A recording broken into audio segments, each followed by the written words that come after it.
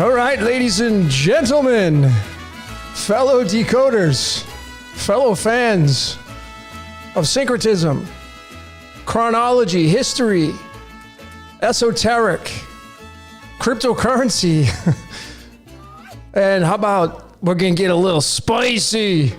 We're going to get a little spicy tonight. We got Jordan from Waters Above Crypto in the house, and I put this together really quick, ladies and gentlemen. We decided upon doing this live last minute, but I was like, well, we got some news, and I'll share that with you in a second. But Jordan, welcome out, brother. It's always great to connect, and I'm going to tell you why I was laughing earlier, because I was telling Jordan I'm just going to wait till we go live to tell everybody this. But Jordan, what's up, brother? Are you there? Yeah, everything is amazing. Looking forward to this. Podcast number 10. Number 10. The reason why I was laughing is because I put the jalapenos on here as the background. And you always talk about, let's get spicy. We're going to get spicy. And I had no plan of, like, I wasn't connecting on that level. But then I opened up and I saw the comments. And I was like, holy shit, I got the spicy jalapenos on there. And then, ladies and gentlemen, the reason why I chose the Mexican flag, other than because I'm here, is I finally get the opportunity to meet the great Jordan from Waters Above. He's coming to Mexico to visit me to an undisclosed location, but I get the pleasure of finally meeting Jordan in Mexico. So I'm pretty damn jazzed about that. So that's it, Jordan. That's the spice in the Mexico. And I just decided, hey, let's talk. What are we going to talk about? Well, a lot of things. We're going to talk a lot of things. We're going to probably look at the comment section. I will be doing that anyway. But Jordan, I'm going to let you start this off, man. What do you want to talk about? To be completely honest, I really don't even know where to begin. I know me and you have been talking a lot privately, like just personally and shooting the shit about stuff, but I really been focused on my own things in the background. I released a Year of the Rabbit Decoded video. I believe you checked that out. And since then, I've just been kind of focused on kind of coming together with some decoding stuff for the book of Genesis, which has been really interesting to me. I've been decoding it by taking the creation story of Greco-Roman mythology and a little bit of the stuff that I've gathered from the Egyptian mythological creation story, and just bringing it all together and then comparing it to the book of Genesis as a potential ongoing decode series where I'm kind of breaking it down line by line. There'll definitely be some gematria connections, but mostly just showing the script as you do very well, and kind of taking all the elements that I've been working on and bringing it all together, and not to look at it from a biblical perspective, but more just like an esoterica and from a decoding perspective. Yeah, well, I'm looking forward to that. I always like to see other people's decoding. There's a lot of really good decoders stepping up on the world stage, and you are one of them. I always love seeing your perspectives, because you have your observations, your vantage points, and you do such a great job with, he started out with the celestials in the beginning of all your decoding, and now you're getting into this mythology, which most decoders don't get into the mythology part about it. So I'm really looking forward to seeing what kind of spice you come up with for the mythology. I mean, I think it's more fact than myth. But yeah, I mean, I think what I've kind of come to is seeing how these Greek and Roman deities are like personifications of like they're literally just aspects of us. Yeah. Whether that be our chakra system or our personality traits, or talking about the ego or the psyche or just all that stuff. I feel like that's really what it does. It comes back to us. And I am sure that you've spoken a bit with other decoders about just the player characters that are in the Bible and the other Abrahamic religions, and how, not to get super religious, but like how the Jesus Christ character is kind of just your role. Like it's the individual's role to become the hero and to become the illuminated one. And it's the kind of the storyline of what it's like to go on that path. It's a very lonely middle path, but it is the path of the wise. Yeah. No, for sure. I mean, my next decode, for all of you that are following my research, and I appreciate each and every one of you, the next decode I have coming out, I may shoot it tonight, is going to be on Hollywood. And I don't know, man. My mind is freaking absolutely blown. I'm literally decoding, and events are happening in my personal life that are, I don't even know what to say at this point. I really can't put it into words what's happening to me on a personal level. And then I'm like literally decoding in real time. My life is becoming part of this code in real time. I don't know how else to kind of describe it to all of you. And Jordan's right. We are all having this Jesus Christ superstar experience. If you're female, Jesus was androgynous as far as I'm concerned. That's no brainer. I mean, that's why you have, and let's talk about that, Jordan, because we were discussing, maybe you had mentioned this, and I had mentioned it on my last, what's your question about, we had this conversation, and you were saying how they made the Jesus Christ character to appeal to both sexes. And so let's get into that a little bit. Well, it's there's really a whole lot to get into with just this age of Pisces that we're currently in, which is the age ruled by Jupiter. And if you look at the Jupiter symbolism, you're going to see some key things, one of which is the staff and the eagle. And the eagle symbolism ties back to Mercury. And anything that comes back to Mercury or Hermes has this sort of effect of that androgyny, or that like hermaphroditic quality. And what you see when you look up Jupiter or Zeus, and basically you could just go to Wikipedia, you'll see that there's this as above, so below effect, where at the bottom you have the eagle, and at the top above you have the, it looks kind of like an angel or a cherub or something, but it's actually Apollyon, the destroyer. And this Apollyon character also plays both sides, because Apollyon could be Alexander the Great, and it could also be Venus or Aphrodite.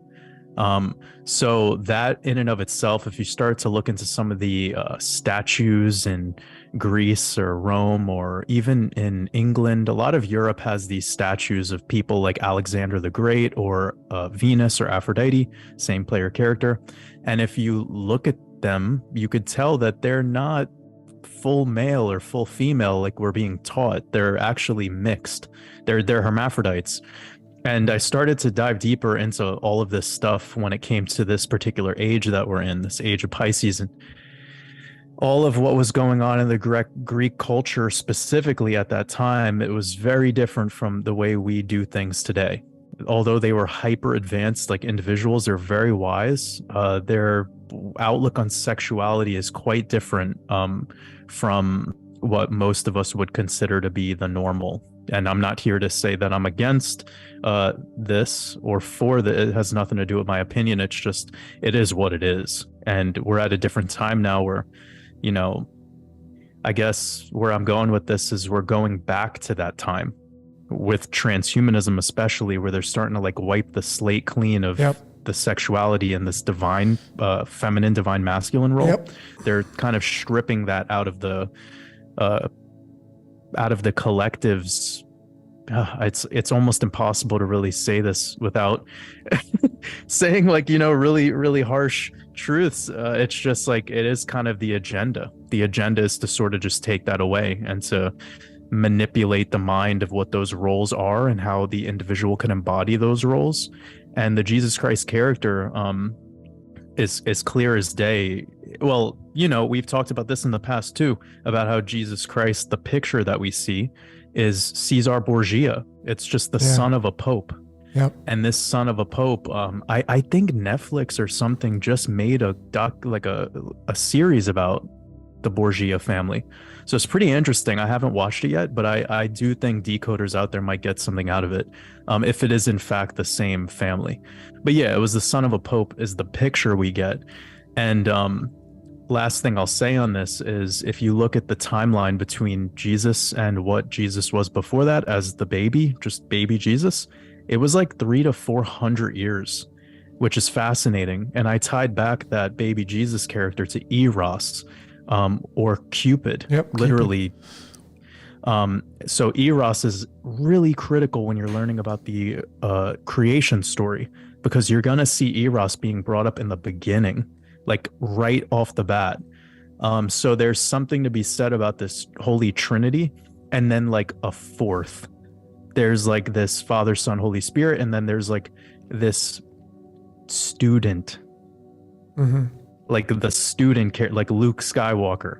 You know, like the guy who has to go through the initiation. So I know that kind of covers like a whole bunch of stuff, but yeah, like when you strip away the gender side of it, you have a whole new being who could focus on other things.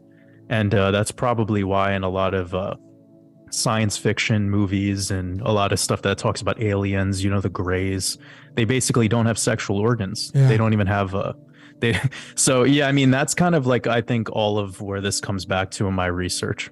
Yeah, no, I agree. I mean, it's all about unification. And this is, to me, the way I see it is you have this transgender push. Why is this happening? I've talked to so many people in this arena, and it's like, you know, like, why are people, because you have this middle point and then you have the two sides, and the two sides represent the masculine and feminine. The middle point is neutrality or unification. And you have the pendulum swinging back towards the middle section, which of course would involve the merging of those two sexes and being tied to this androgynous aspect that you're talking about. This is where it's going, ladies and gentlemen. Like it or not, you don't have to like it. You know, like, we can't continue to just live through the Piscean age and think that you're going to be able to merge it into the Aquarian age and continue to roll with it into the Aquarian age. It's not going to work. It's like taking a rotary. I mean, I would encourage anybody to take a look at the rotary phones back in the early, 60s and 70s. Like, how would you want to put that one? Would you want to put one of those on your wall? Would you be able to use a rotary phone at this point? You know, the operating systems in computers, if you can't use Windows XP anymore, you can't use Windows 7. Those don't work. Yeah. Even we talked about this Apple phone. You said, I wanted to buy one of those. Yeah. And you said, I can't do it because it'll make phone calls, but it won't allow me to download in the applications because the software that's written for these new phones are not going to be written for the old phones. So out with the old, in with the new. Yeah. Well, that's a huge part of the idea of transhumanism. It's like they make it so those technologies don't have any utility anymore. Yep, exactly. That's the whole point of having a computer and then making a software outdated and then eventually the hardware. And then they'll no longer make the parts. And have you noticed that companies like Apple and Samsung, I'm sure the other ones like Huawei and other big telecommunications companies that actually make phones, they have a buyback program, and the ones that don't do a buyback program, they'll also include a recycling program. They want your old phone. They want to get rid of all of it, bro. Yep. So that's a huge thing that people disregard. Like how you move us forward is what you just said. You make the whole the system, that the oil of it and the gasoline of it become incompatible with the physical. That's right. I mean, I'm speaking in an analogy, but you get what I mean. No, I totally get what you mean. And those of you that are decoders, the word recycle equals 22, and 22 is tied to the Fool. So, I mean, it's pretty obvious when you look at that. Titanium is the 22nd element tied to the Titan and the Titans and the fallen angels. It's all recycling down here. And I don't think people just are ready for this yet. Honestly, they're just not. They're just really just still stuck in the old ways, which are they're not going to pan out in the new ways coming up.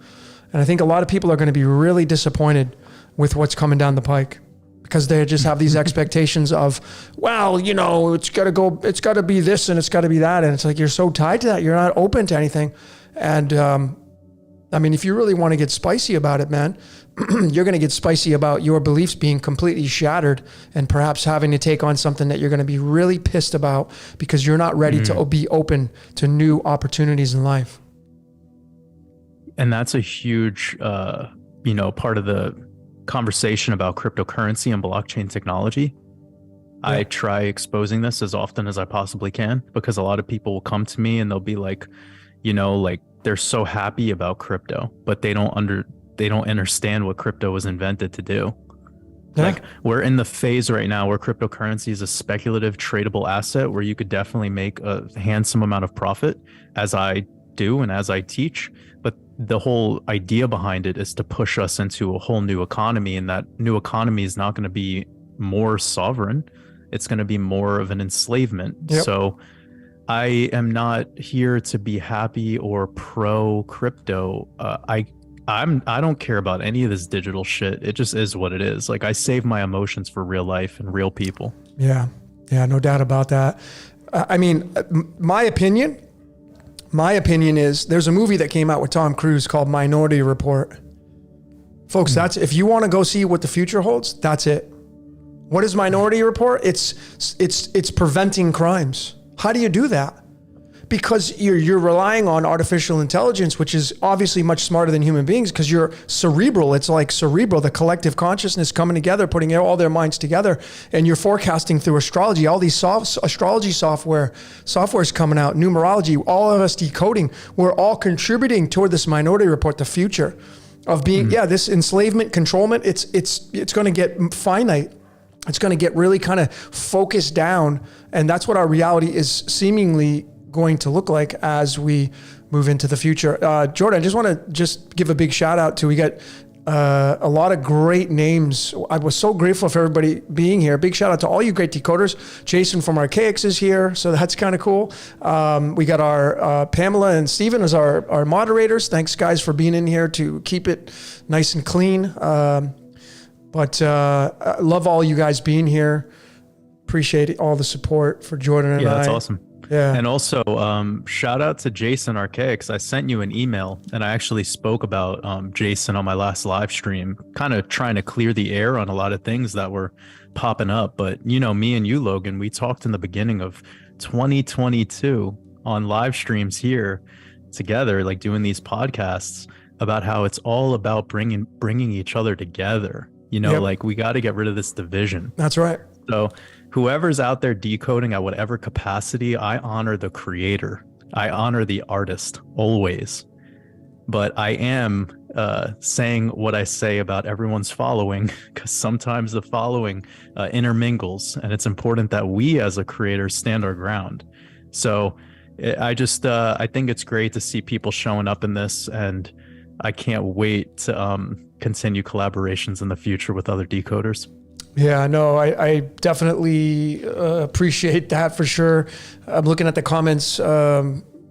Jason Bashir from Archaics he wants to. It would be cool to do a trifecta, you, me, and him, to do a show. I'm down for that. I don't know if you are down for that, but I'm sure you would be. Oh yeah, absolutely. I think we bomb. cover. I think all three of us cover a lot of bases. Yeah, it's actually really funny, Logan. I said this the other day in one of my expansion group coaching calls. It kind of came up by mistake, but your name was brought up, and I was saying how you are like a Michelin star chef when it comes to decoding. And thanks. Like, I'm like the old grandma that just like kind of throws together the recipe, like just throws it together with no recipe, but it's like soul food, you know?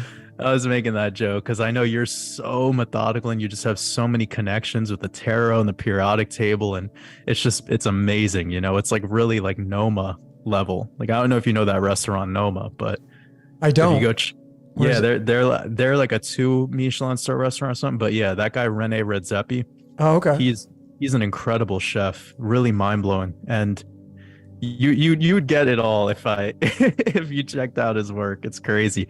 Noma's a incredible restaurant. It's like 18 courses, all small plates, but it's all sorts of stuff. But it reminds me of one of your decodes. Like, seriously, like if you go check out a full decode presentation that you do, and then you compare it to like eating at Noma or eating at one of those like anyone who watches that show Chef's Table. Yeah, I love that show. Yeah, it's like kind of that stuff. But anyways, I made that joke, and I think that's a beautiful thing, that there is somebody who's cooking some soul food and somebody who's like doing more advanced stuff, and what it does for the communities when we merge together is it fills all those gaps, and the people who are supporting us can utilize each of our work, and they're the ones that could dial it in, and that makes us grow in numbers substantially. I mean, between your following, my following, Jason's following, Santos' following, I mean, there's so many decoders out there that are doing great work.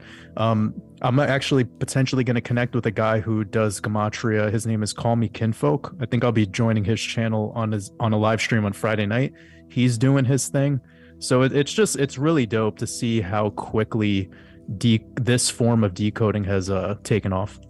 Yeah, and as I say, we're all just decoding ourselves home. I mean, I think that's exactly what we're doing. We're decoding ourselves home. We're trying to figure out, and I mean, I'm personally for me right now, through all the methodologies that I use, and now my personal life is just, it's undescribable in words, ladies and gentlemen. I can't even tell you what's happening in my life, how it's happening, but it's happening in real time. I'm literally, through the cards, the tarot, the numbers, numerology, the cycles of all this stuff, it is just sucking me in, and I'm literally becoming one with this code. The code's observing me back. I don't really know how much else to say it here, but all I will tell you is that I am firmly in the belief that we are living inside of a movie. Okay, and if the fractal down is going to be Hollywood. Hollywood is going to have the fractal down, and then we have the real-time movie, which is called Earth. And then, you get into Jason's work of everything under the simulacrum, the firmament, et cetera, et cetera. And this movie that we're playing out, I mean, I'm decoding myself in real time, and I'm seeing myself being guided by this code, and I'm not having any control over it. It's complete. I'm like, I can't. I don't know. I don't even know what to say, but I can tell you right now, ladies and gentlemen, I can decode anybody right now, any of you, any single person, and I can show you that you're being used by the code. It doesn't matter what you're doing. It doesn't matter who you're following. It doesn't matter what kind of content creator you are. You are being used by whatever's running this reality, and it has duality to it in every single thing.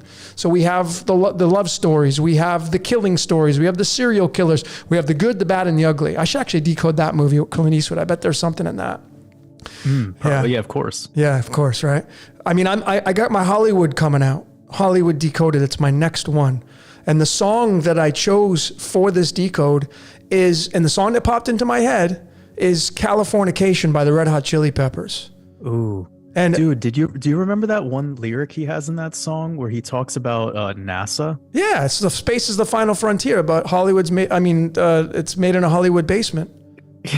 Yeah, dude. When I heard him say that, I was just like, bro. Yeah, this is like one of their most famous songs, and he just spilled the beans. Totally spilled the beans. I mean, dude, the song came out on June 8th. And the card that is on June 8th is the 9 of diamonds, the 35th card in the deck, and the word simulation equals 35. Okay? Dude. Yeah. These people are not trying to screw you over. They're not trying to pull the woolly over your eyes and mock you or any of this crazy, ludicrous crap that some other decoders talk about. All right? Yeah, me and you are on the same page, and I've been talking about this now for a while.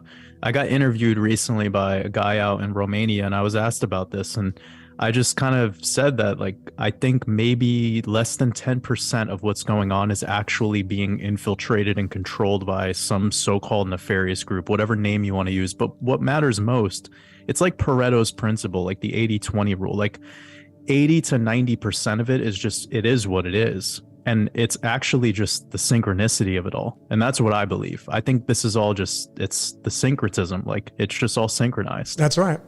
And the Red Hot Chili Peppers, although, yes, all of them are high-level Freemasons. I know this for a fact, especially the singer.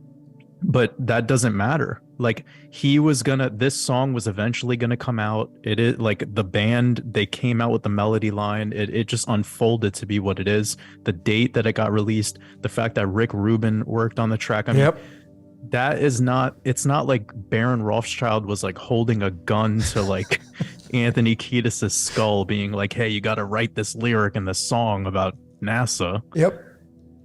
And here we are having on the graphic on our thing is the chili. There's peppers. Yeah, that's what he's fucking. You see, folks, I didn't plan it that way, man. I didn't. I was like, what am I going to use for a cartoon for Mexico? I want to use, and this is what I came up with. I wasn't even consciously thinking about peppers and even spice that Jordan talks about. But here we are being able to just have fun with this and surrender to this. and realized that they were inside of a movie. And, you know, you look, the bottom line is this: you're either going to be an extra in their movie or you're going to be a star in yours. Which is it going to be for you? Right? And then if you're not happy with the movie you got, change it. And then you'd be like, oh, well, what do you mean? I don't think, how can we change? Forget about programming, forget about scripts. Just what do you want in life? What do you desire? That's what it comes down to. I'm so glad you brought this up. And this was another kind of idea that I've been thinking about lately. And I would love to share this with you, and I would love to know your thoughts. But I was saying how, like, at the earlier stages of this so-called enlightenment, whatever you want to call it, like as you're in your awakening process, you're like one of the gamblers at the gambling casino, and you're looking at the dealer and you're playing a game against the other people. Like, imagine you're playing poker, right? And you're learning the ropes. Like, you haven't quite learned how to bluff yet. You probably don't know how to count the cards. Yep. Like, Logan knows how to count the cards. That's just facts. Logan is in his process of, like, kind of, he's become the dealer, and now you've probably advanced to becoming the owner of the casino. But what I share and what I talked about in this concept to make it really deep is that when you're playing the game of poker, kind of look at it like you need to be a chameleon, where you're going to need a bluff sometimes. And if you successfully bluff, that means that does that mean you lied? Or were you just doing what you had to do in that circumstance? Good point, man. What a good point that is. So I say, like, you got to be a chameleon in a room full of vultures. Like, you need to know the energy you're working with. Like, no matter where you go, it doesn't mean you're lying. It just means you know how to work with that energy. So this is like a really grandiose topic, but I was saying, like, what we become eventually as decoders is we move from being the player to the dealer. Yeah. And we don't need a bluff anymore because we just get it. We just know what's up. And that's when you're no longer playing that duality consciousness. When you're the player in the game, you're stuck with learning and learning and learning. And then while you're losing hands, you're either going to blame the player next to you, you're going to blame the dealer, or you're going to blame the casino, or you're going to blame the cards. Yep. And if we could break this down, like you blaming whatever, a tarot reading you got, or like, or something as simple as you just can't get a job, or the person that you have feelings for doesn't care about you, doesn't want to talk to you. Like, we can say that you were dealt a shitty hand, but ultimately, like, you just need to get better at playing the hands that you're dealt. That's it, man. Sometimes you got to learn how to bluff. So you could have a shit hand, learn how to bluff, and then still win. That's it. That's it. Totally agree with you, because there are no mistakes or accidents in this reality, folks. And we just use these silly adjectives to describe the subject. What really only matters is the subject. And speaking of, you know, I believe that this is a casino, and I believe the house always wins. I mean, if each and every one of you had $20 million and you went to Las Vegas, I promise you, and you had to sit there and play all your 20 million until either you bankrupt the casino or they take your 20 million. Guess who's going to take the money? It ain't going to be you. It's going to be the house every single time. So the house always wins. And the word house equals 26. If you go 26 digits into the string of the golden ratio, it equals 141, which is the string of pi, right? It's the string of pi, 141. That's the house. What is the string of pi? The perfect circle. What's the perfect circle? Earth. You're on it. Mm-hmm. You're on the perfect circle, the pie, the pizza pie, baby. You're on the pizza pie. Pizza's 33. It's funny that you brought up dealer, because that, we brought up dealer and kind of been talking about it, because that equals 45 in English ordinal. Uh-huh. And I just shared this thing about how Vladimir Zelensky, the guy who's like the former comedian / actor who is currently the president of the Ukraine, he turns 45 tomorrow. And I just shared that it's probably going to be a ritual tomorrow, because if you take from his birthday tomorrow to the day of the Russia-Ukraine invasion, where Russia invaded Ukraine in 2022, I believe it was February 24th. It's exactly 11 months in one day, the 111. Yep. And tomorrow, that same day, is 33 weeks and 3 days until the next Rosh Hashanah, until tomorrow is correct. The 25th? Yeah, and tomorrow is really an important day because being the 25th day of this specific year, rabbit equals 25, and we're in the year of the rabbit. Yeah, water rabbit. Yeah. Yeah, exactly. And Yeah, so there's a lot of connections with this particular date, no matter how you chop it up, the 25th being a Wednesday, day of Mercury. It's probably going to be something. I know the market's going to do something, but besides the market, I wouldn't be surprised if there's some talk about Ukraine or Russia or just some psyop that they're going to float. Yeah, probably. I mean, tomorrow's the Two of Diamonds day, and the president of China is the Two of Diamonds card. So is Vladimir Putin. He's got the Two of Diamonds card. The two of the most powerful leaders on the world stage have the Two of Diamonds. Two of Diamonds is the 66 card in the tarot, and that card is juggling the Ida and the Pingala, the two serpents that intertwine, which is Kundalini, which is Lucifer, the energy that goes up and follows the light. If you haven't seen my Ride the Light, please check that out. But I've really, that one, Jordan, I'm going to throw this at you, see what you think. But what I discovered was that light is the you get into physics now, and light is the pulse, the dielectric pulse. So I want all of you to think about when you turn a flashlight on or you turn your lights on, that's the pulse of light. And then what chases that light is the transverse electromagnetic wave. And the electromagnetic wave is going to have duality tied to it, which is the two serpents, which follow that staff. And that involves the two serpents, the Ida and the Pingala inside your body, going through the 7 chakras, et cetera, and moving up into the crown. So it's always chasing that pulse of light. And inside each and every one of you is the number 3, because you have the pulse, which is the 1, and then you have the 2 serpents, which is the 2 and the 3. And there's your trinity inside of you. And when you partner up with somebody, when you go and become one with a partner, you form the 33, because you're a 3 and they're a 3. And that's 33. When it comes to physics and really what this whole reality is all about, which is chasing the pulse of light. It's really interesting. Yeah, no, I've been really fascinated by electromagnetism. It's a whole new thing to get into. I think the work that Santos does on it is really fascinating. I would love to meet him someday and talk with him more about it. It's a lot. It's a lot to take in. Yep. Well, I mean, there's some really good people in that space, Santos being one of them. But I mean, really that's where it's at. It's the pulse of light and then the 2 serpents chasing it, creating this wave. And you're going to get into the sine and cosine waves. That's why if you get into mathematics and you get into decoding, and once you get your outcome, you go into, big shout out to Number M. I don't even know who owns the website, but frick, I use it all the time. So big shout out to numberempire.com. And they, that site is just so awesome with all these numbers, and you get into sine and cosine waves, which is the measurement of these numbers. And it's that is the electromagnetic wave chasing the pulse of light. Yeah. And you can break down the numbers and start to see more layers of this. It just brings it back to the caduceus, right? And if you think about that, Hermes being the voice between the gods and the mortals, it's like, well, when you have sex and you perform this ritual, like you were just talking before, this divine ritual that creates all of us, the reason why we're all here, you have that, that is the voice between the gods and the mortals. That's what allows us to put, to take almost nothing, some liquid, and turn it into human beings. Yep. In the mother's womb, in her matrix. Yep. So pretty interesting seeing this caduceus symbolism and how it ties into a lot of other symbols that go back all the way to ancient Egypt. But that symbol is a very hermaphroditic symbolism, and it is important that people see it as such. It is the union, if you will. It's the union without the duality. It takes it to another layer. It is. And I'm pretty certain now that I can tell all of you right now, man, some of you may not want to agree with this, but that's okay. I'm not here to force anything, but let me tell you what's running this reality. There is truth to the devil running it. Yes.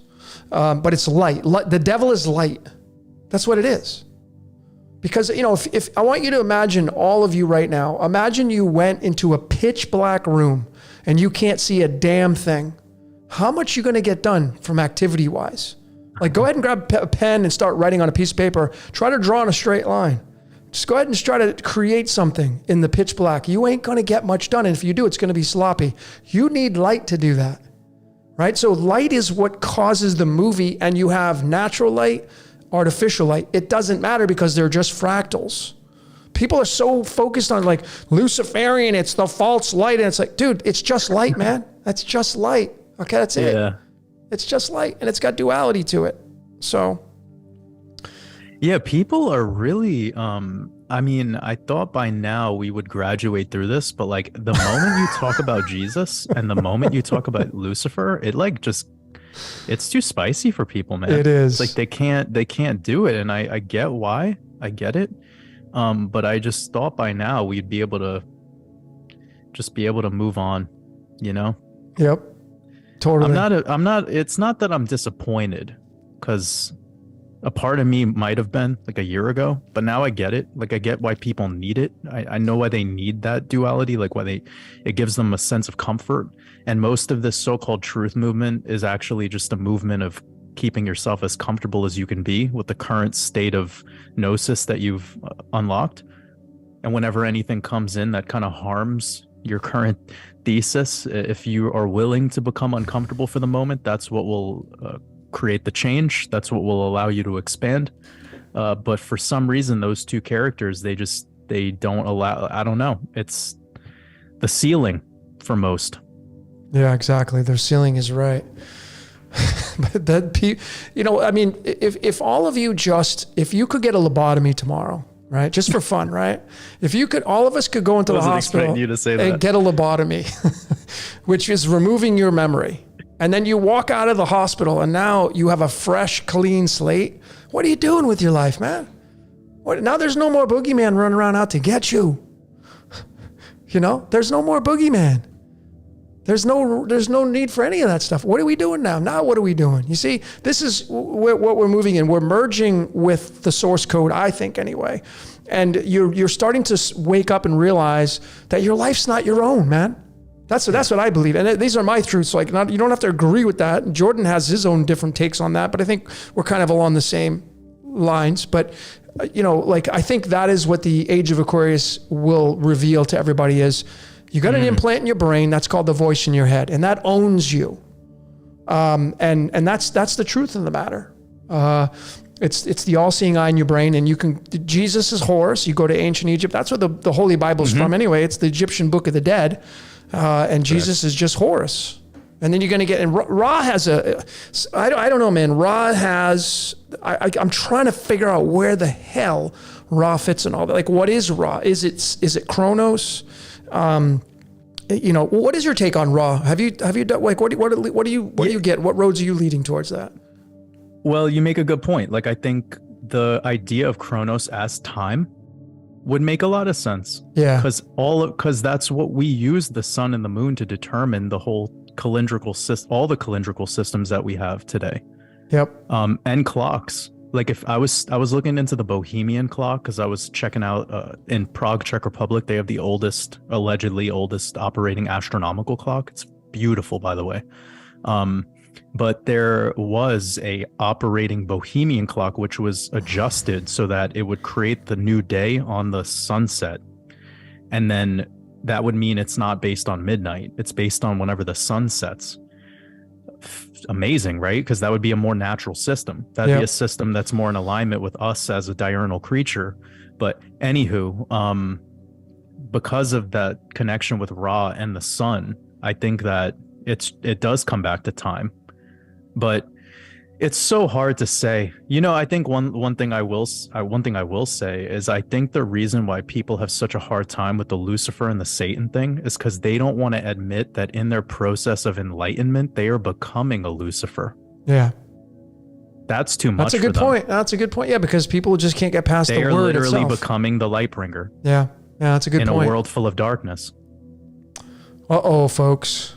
Uh-oh, you may want to unsubscribe to my channel now. Just go to Jordan's and unsubscribe to his. You want to get spicy? Go ahead and unsubscribe. I may get some negative. I always know when I freaking rub people the feathers, man. I get the negative. I put a decode out and I get minus whatever subscribers. And I just, to me, it's like the stand-up comedian. I just laugh at it. I'm like, okay, that's fine. Because I'm not in this for, I can tell you right now, ladies and gentlemen, I know Jordan will speak the same. I know Jason from Archaics will say, I'm not in this for the damn subscribers. I'm not in this for the likes. I'm not looking for pats on the back, trophies on the wall, blue ribbons to pin on my chest. Don't care. I don't care about this stuff. And I know, Jordan, you don't care about that stuff either. It's nice to have them, but it is what it is. When I started telling people like my truth with no holding back, just being as spicy as possible, like the channel grew more. Right. And I don't have any limiting beliefs. I just operate in abundance. So I know that if my intent is pure and I'm operating in purity and love and unity consciousness, then if people want to get offended by it, then that's on them. That's their journey. Yep. What I think is actually really beautiful is seeing people who email me once in a while and they're like, I really didn't agree with this thing that you said this one time. And then like they'll come back 6 months later and they'll be like sharing how they feel now. And I'm like, oh, okay. Because you know what I do, what might be different than a lot of people that get down and dirty with the decoding stuff is I just try to talk about the utility of it all. Like, and how to just be your optimal self, and how to get your mind state clear, and how to not be so distracted in the process. Because me and you could both agree on this, as a lot of people are learning this craft, like getting into decoding, getting into just looking at life from a deeper perspective, jumping down the rabbit hole so many times to the point where they're like, oh, everything that's popular is wrong. And they get there and sometimes it starts to harm them. Yeah. That's why I call the crown of thorns that Jesus wears, it's the crown of wisdom. And that crown has it has thorns. So you put it on your head and it starts to dig into your scalp. And you're going to wake up with blood running down your eyes. That's what wisdom is. It's a lot. Yeah. Most people can't handle it. Those of you that have dandruff, don't wear black shirts and put the crown on, because you'll have white. Anyway, drink more coconut water. Yeah. But yeah, like when you're in this process, I feel like it brings a lot of depression to people. Yeah. And I knew this before I started my YouTube channel. So I'm like, if I could fulfill this place to talk about how to expand our consciousness but not let it get the best of us in the process, then that's ultimately what my mission is. Yeah. No, totally. Everybody's got a mission. And everybody's got a mission. And, you know, I extend this to all of you great decoders, all you great syncretists, all you great chronologists that are in the chat. You got to make the truth your own. You got to, I feel like we're all decoding ourselves home, but ultimately, if you look at like a DJ, and it's very popular these days, especially with house music, right? A lot of these DJs, some of them create, but the majority of them just cherry pick songs. And then they go and they get hired to do a set, and the set is like an hour long, and they'll just blend 20 songs in that hour. None of the songs are theirs. They may change it up a little bit. They may kind of massage it and add different kind of beats in the background, change the tempo. But ultimately, if you take that same scenario and you bring it into your personal life, that is exactly what each and everybody of you are doing. You're Archaics, he's got that truth. I'll take a little bit of that. Oh, Jordan's got that. I'll take a little truth of that. Logan's got this. And then I like this about theology. Then I like about this about mythology. And you're kind of like making this track list, and that's your life, folks. And you're spinning it. You're playing your music every time. You know, I often postulate, like I go out here in Mexico and I ride my bike. I ride my bike everywhere. And, you know, a lot of times I throw my headphones on and I have noise canceling headphones. And, you know, I turn it up pretty loud and I'm thinking this when I'm riding my bike. I'm like, can you imagine if everybody had to listen to the same song at the same level I did while I was going outside and riding my bike? Everybody hears the same exact song that I'm playing. Like I'm all into it, man. I'm feeling good playing my music, whatever it is. But everybody has to hear the same song that I'm listening to. Like it's the background noise of this Truman Show that we're in. Do you realize what would your music be? You know, what would your music be? What would the music everybody would have to listen to? Like, what is your music? What is your DJing music? You know, this is your life, ladies and gentlemen. And you gotta realize that you are the universe and you are all that matters. And, you know, when I do my readings, I just had a reading the other day. I said, you know, like you're the star in your own movie. Some of you are not. Some of you are just little extras. You're okay with just walking through the crowd and being filmed. You don't want to be in the spotlight. That's totally fine. But, you know, a lot of you want to be in the stars in your own movie, but you're not living that out. Because you're too busy focusing on the dirty laundry. You're focusing on like it's them, it's they, it's their fault. You know, Jordan, you and I have talked about this a lot about the blame game's kind of going out of the way. It's kind of like it's old news. It doesn't really work anymore. But like your truth is the only thing that matters. It never worked. It never worked. It never worked. Right. It was a crutch, right?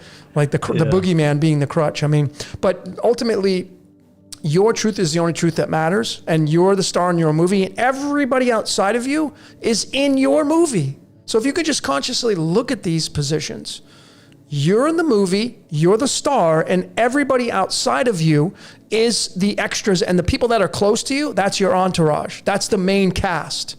Your soulmates, your friends, your family, those are the main stars of the movie that get casted to play in your movie. And anybody you've ever been with, any partner you have ever had intimate relationships with, you were supposed to have these relationships. And I'm convinced now, everybody that is in your entourage, it was in your entourage in a past life. I'm convinced of that. Convinced. Yeah, your 12 disciples. Yep, something like that. There you go. Yeah, you could bring that in there for sure. That's a great. I didn't even think of that. That's a great way to look at it. How not? Yeah, like I think we're all the Christ in our process. Yeah, I totally agree. That's a good point. It's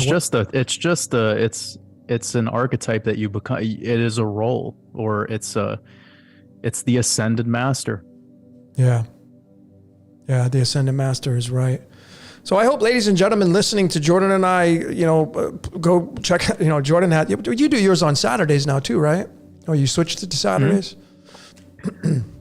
Yeah, Jordan's my live streams? Your live streams, yeah. Yeah. I decided to switch it up a little bit. It's working a little better. I just have a big community over in Europe, and I have a big community over in Australia and New Zealand, and the timing that I'm able to pull it off on a Saturday is just more conducive to everyone. Yep.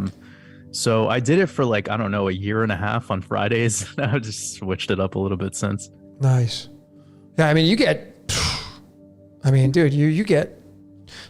you get so many. I get you get triple what I get, and I'm not like, I just look. I'm like, wow, go Jordan. Like, dude, your voice. You're just like, you're born to do this, man. People love listening to you and stuff like that. So I mean, I'm a fan. I'm a fan of what you do. It really means the world to me, man. Like, I had no idea that the live streams would resonate this much with people, because when I was doing my YouTube videos, it took me about 6 months, right? Maybe not that long. It took me a little bit of time to kind of lock in what the live streams were all about, Gotta get my footing. We were talking a little bit about crypto in them for the beginning, but then I just completely shifted away from that, because I wanted to talk about what really kind of matters, what's going on here. And because I have such a vast set of knowledge in things like nutrition science and health and wellness and all sorts of stuff, it was the way, to step away from talking about finances. Because if you have $1 million but you're depressed, you're just a depressed person with $1 million. Yeah, that's not a lot of fun. You might just give that shit away. We need to talk about how to protect your prana. Yeah. You got to learn how to protect your vital source, and be aware of your code and how to play this game, how to break the rules of the game, how to learn the rules so you can break them effectively and not get caught, and that's what people like us are talking about. Believe it or not, that's what a lot of what we're breaking down and showing people. The rules, the blueprint. And the more in tune you become with this stuff, and the more open you get to it, you start to see that it's actually a beautiful thing. I know you use the word being used by the code, and perhaps some people might take offense to that just because you're using the word use. Oh yeah, totally. They do. Right. And I think what Logan's getting to is it's okay. You're being used by your bladder when you need to go take a piss. Right, dude, totally. If that's man. the way you want to look at, if you want to get offended by Logan saying that, then come on now, fam. Yeah. Hold your breath and don't breathe, and let's see how long it is before oxygen starts using you. Oxygen depletion, whatever. It's just, we got to open up our minds and not get so offended, because then we could start to see the utility in it all. But totally. I get why people would hear those things that you say or what I say, and they would take it personally. Yeah, no, I get it all the time. I get it a lot. But if all of you would just decode yourself, and then if you're interested in like, well, how does that, because I love studying people's personalities, their psychology, their charts. I do readings, so I get to see a lot of superstars. And then I get to watch them take off like a rocket. And, I don't really talk a lot about myself because it's whatever, but I can tell all of you right now in my Vedic astrology chart, my Rahu is in Sagittarius in the third house. Third house is by default is ruled by Gemini. So I'm here to be a blabbermouth.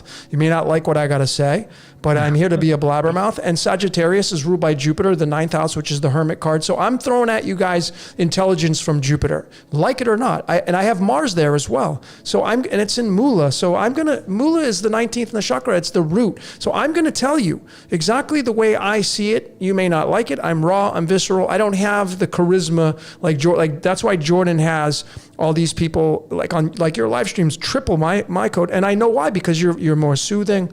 I'm very raw, visceral, take it or leave it kind of thing. But that's how my code is. And if everybody were to study their astrological charts and they would study other people, they would know like, oh, that's just them being them. And you would stop judging people, or maybe you just need to find your truth somewhere else.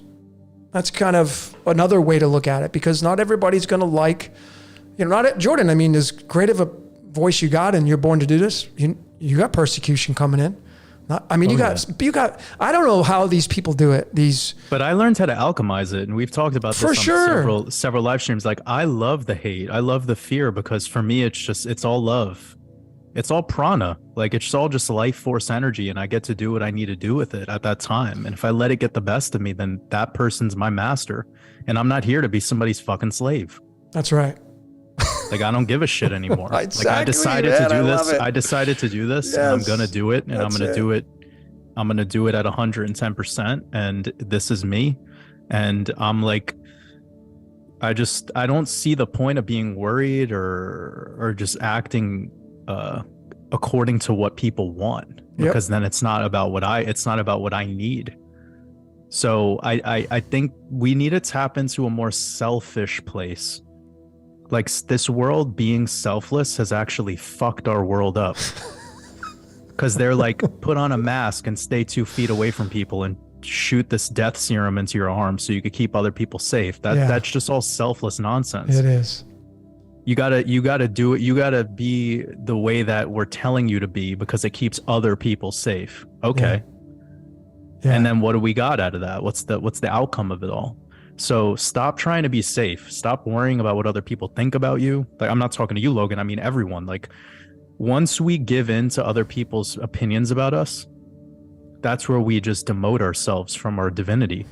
And the last thing I'll say is like, when you make your opinion like a big part of your identity, then your actions become part of your shadow. Like your actions are in the shadow, and your opinion becomes your facade.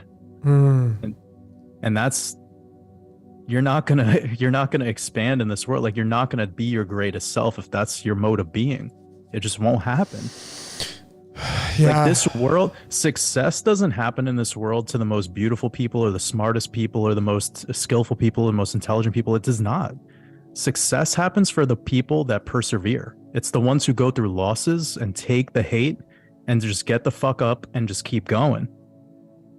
Yeah, transmutation's where it's at. But I just feel like these, again, everybody's doing their job. So you get these people on some of these channels, and their job, what they're doing is they're just taking people and just, dissecting them and trying to find dirt.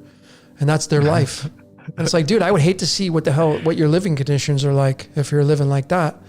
It's pretty like it makes me grateful of my life when I see these kind of parasitic people. I'm like, I'm so glad I didn't get that code. I love it. Like I know that one guy that made, I forgot who it was, but like he tried making something about me. I was like, dude, make more, keep talking shit, bro. You just helped me grow. Yeah, exactly. That's totally true. That's totally true. Just keep it up. Yeah. Like I'm down for it, because what's going to happen, here's the thing, right? This person's now going to come to my work with this preconceived notion, and then they're going to hear a live stream, and then now they have to decide for themselves. Yep. And then, so it's an opportunity for me. Totally. It's always an opportunity for me. I think everyone can practice mining compassion from all things, even if it feels like somebody's throwing daggers at you. Yeah. Yeah, totally. I mean, ladies and gentlemen, if you're here, welcome. And if you're resonating with this message, then what are you going to do with it? You know, what are you going to do with it in your life? And remember, you're a DJ of life.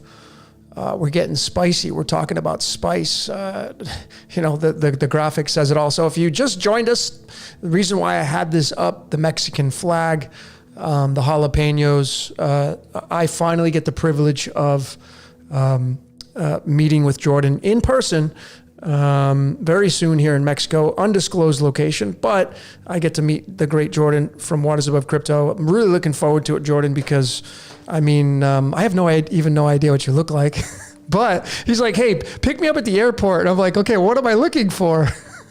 I'll know what you look like, man. I know you. It'll be a surprise, I guess. Yeah, I'm not much to look at. I have long ass hair though, so you'll. Yeah, I know you told me that. And I know you told me that. It's all good. No, it's all good. But I'm just, you know, and this is why I got the Mexican flag up, ladies and gentlemen. And I'm like, what are we going to talk about? Let's just talk. And then I put the jalapenos up, and someone mentioned spice, and I'm like, oh, holy shit, there it was, the jalapenos and being spicy. So it was such a fit for this, and I'm like, you and I can just talk about anything, and then we'll have things come into play. But a big shout out to all you great decoders. I'm looking at the chat room. Somebody, you know, maybe one of you can come in and like, what do you guys want us to talk about? Do you have any suggestions? Anything? Put a topic in there. Maybe we will consider it, but don't get offended if we do not. Yeah, have them write it in capital letters. We know the difference between. Yeah, let's see what we can get for Viva la Mexico. Yeah. So well, I'm glad that we touched on a couple of really important ideas, and that idea that I was talking about before about the being dealt the cards and becoming the dealer, and kind of as you're the player and just learning how to bluff, and like this life is just sort of like a poker game until you decide for it not to be a game anymore, and you make the choice to start playing. Yeah. For sure. I say this quite often, that like for the illuminated being, for the conscious man, we're not playing games, and we're definitely not a product of our environment, and life is not a game. What we're doing is learning how to play again, as we did when we were children. Yeah. And that's the coming full circle, the Ouroboros. Like you get back to that purity again, and you could do that in this adult body. Of course, you have to deal with the indoctrination that came from your past. You have to deal with the bills that you have to pay. Of course, you didn't probably have to pay bills when you were 4 years old, obviously. But this is all about kind of like having one foot in the matrix and one foot out. And you honor this realm. This place is beautiful. It's fucking gorgeous. There's so much to see.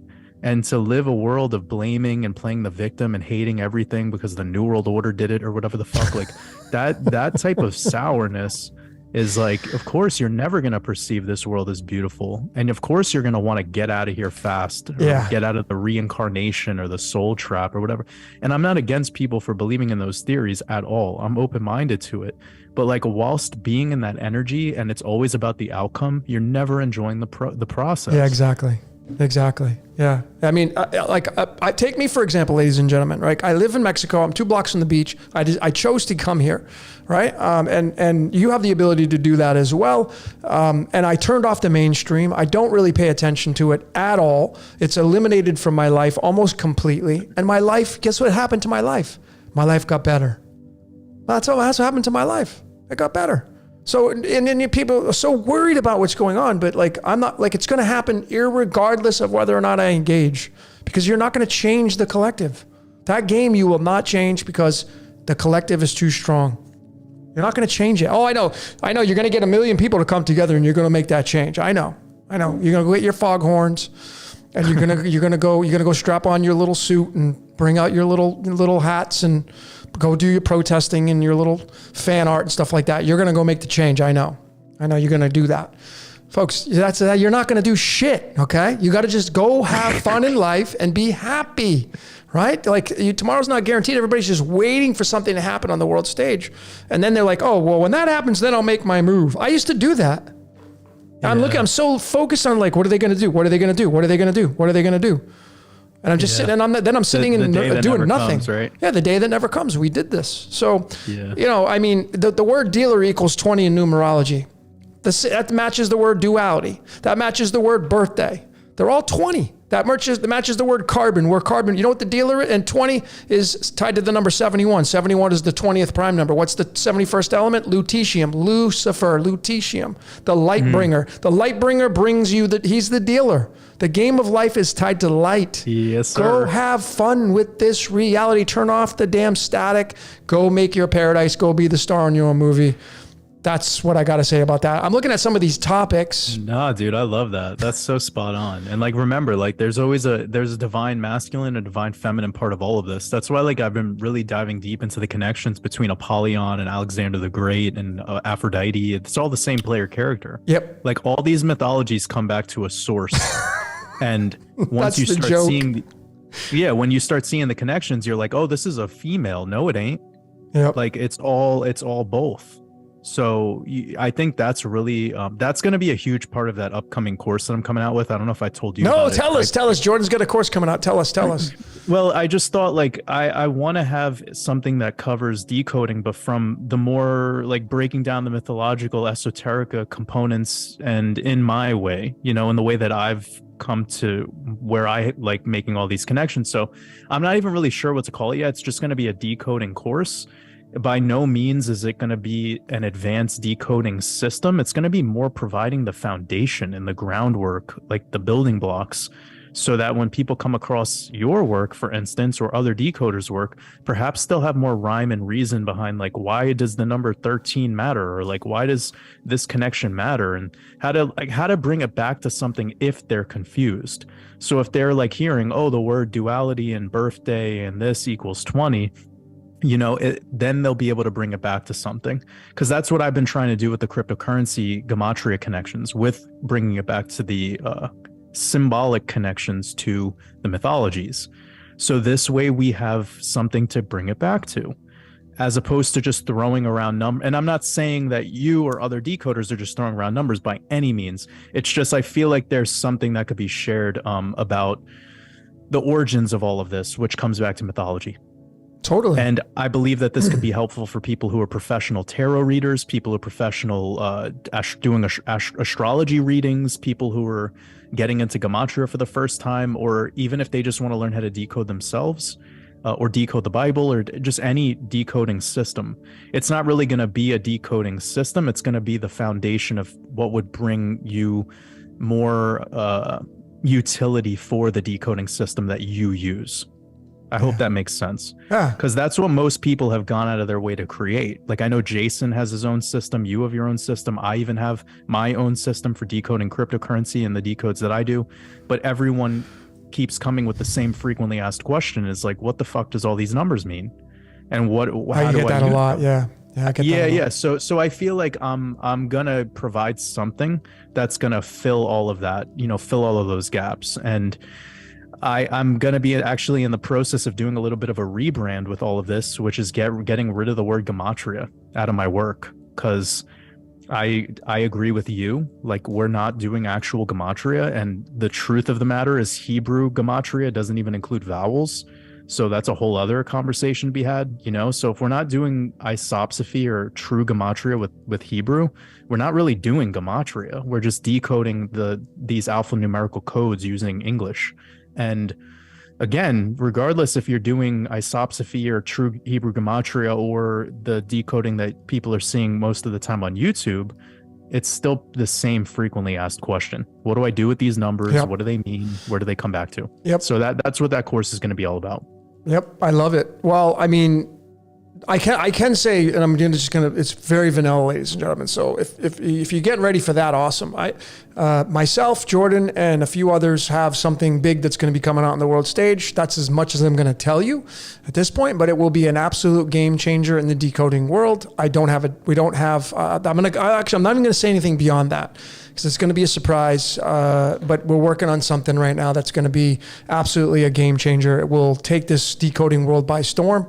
And really looking forward to that. And I just want to say, like, I got more course coming out too as well. I got a lot of people waiting for that. But here's what I wanted to tell all of you that are right now in this chat. I had thrown this idea out at Jordan, and I'm speaking for myself now, but I'm thinking about going on tour.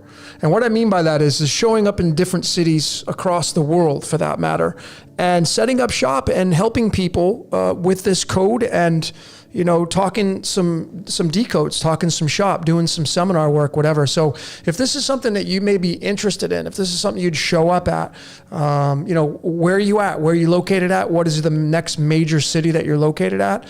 Drop us a line. Let me know. You know, in here, you can put it in the chat, like, where are you located at? And, you know, I mean, I would love to have a workshop with, I mean, imagine you and Archaics got together live in some city, Jordan. That'd be freaking pretty badass. You could hide behind the curtain, no?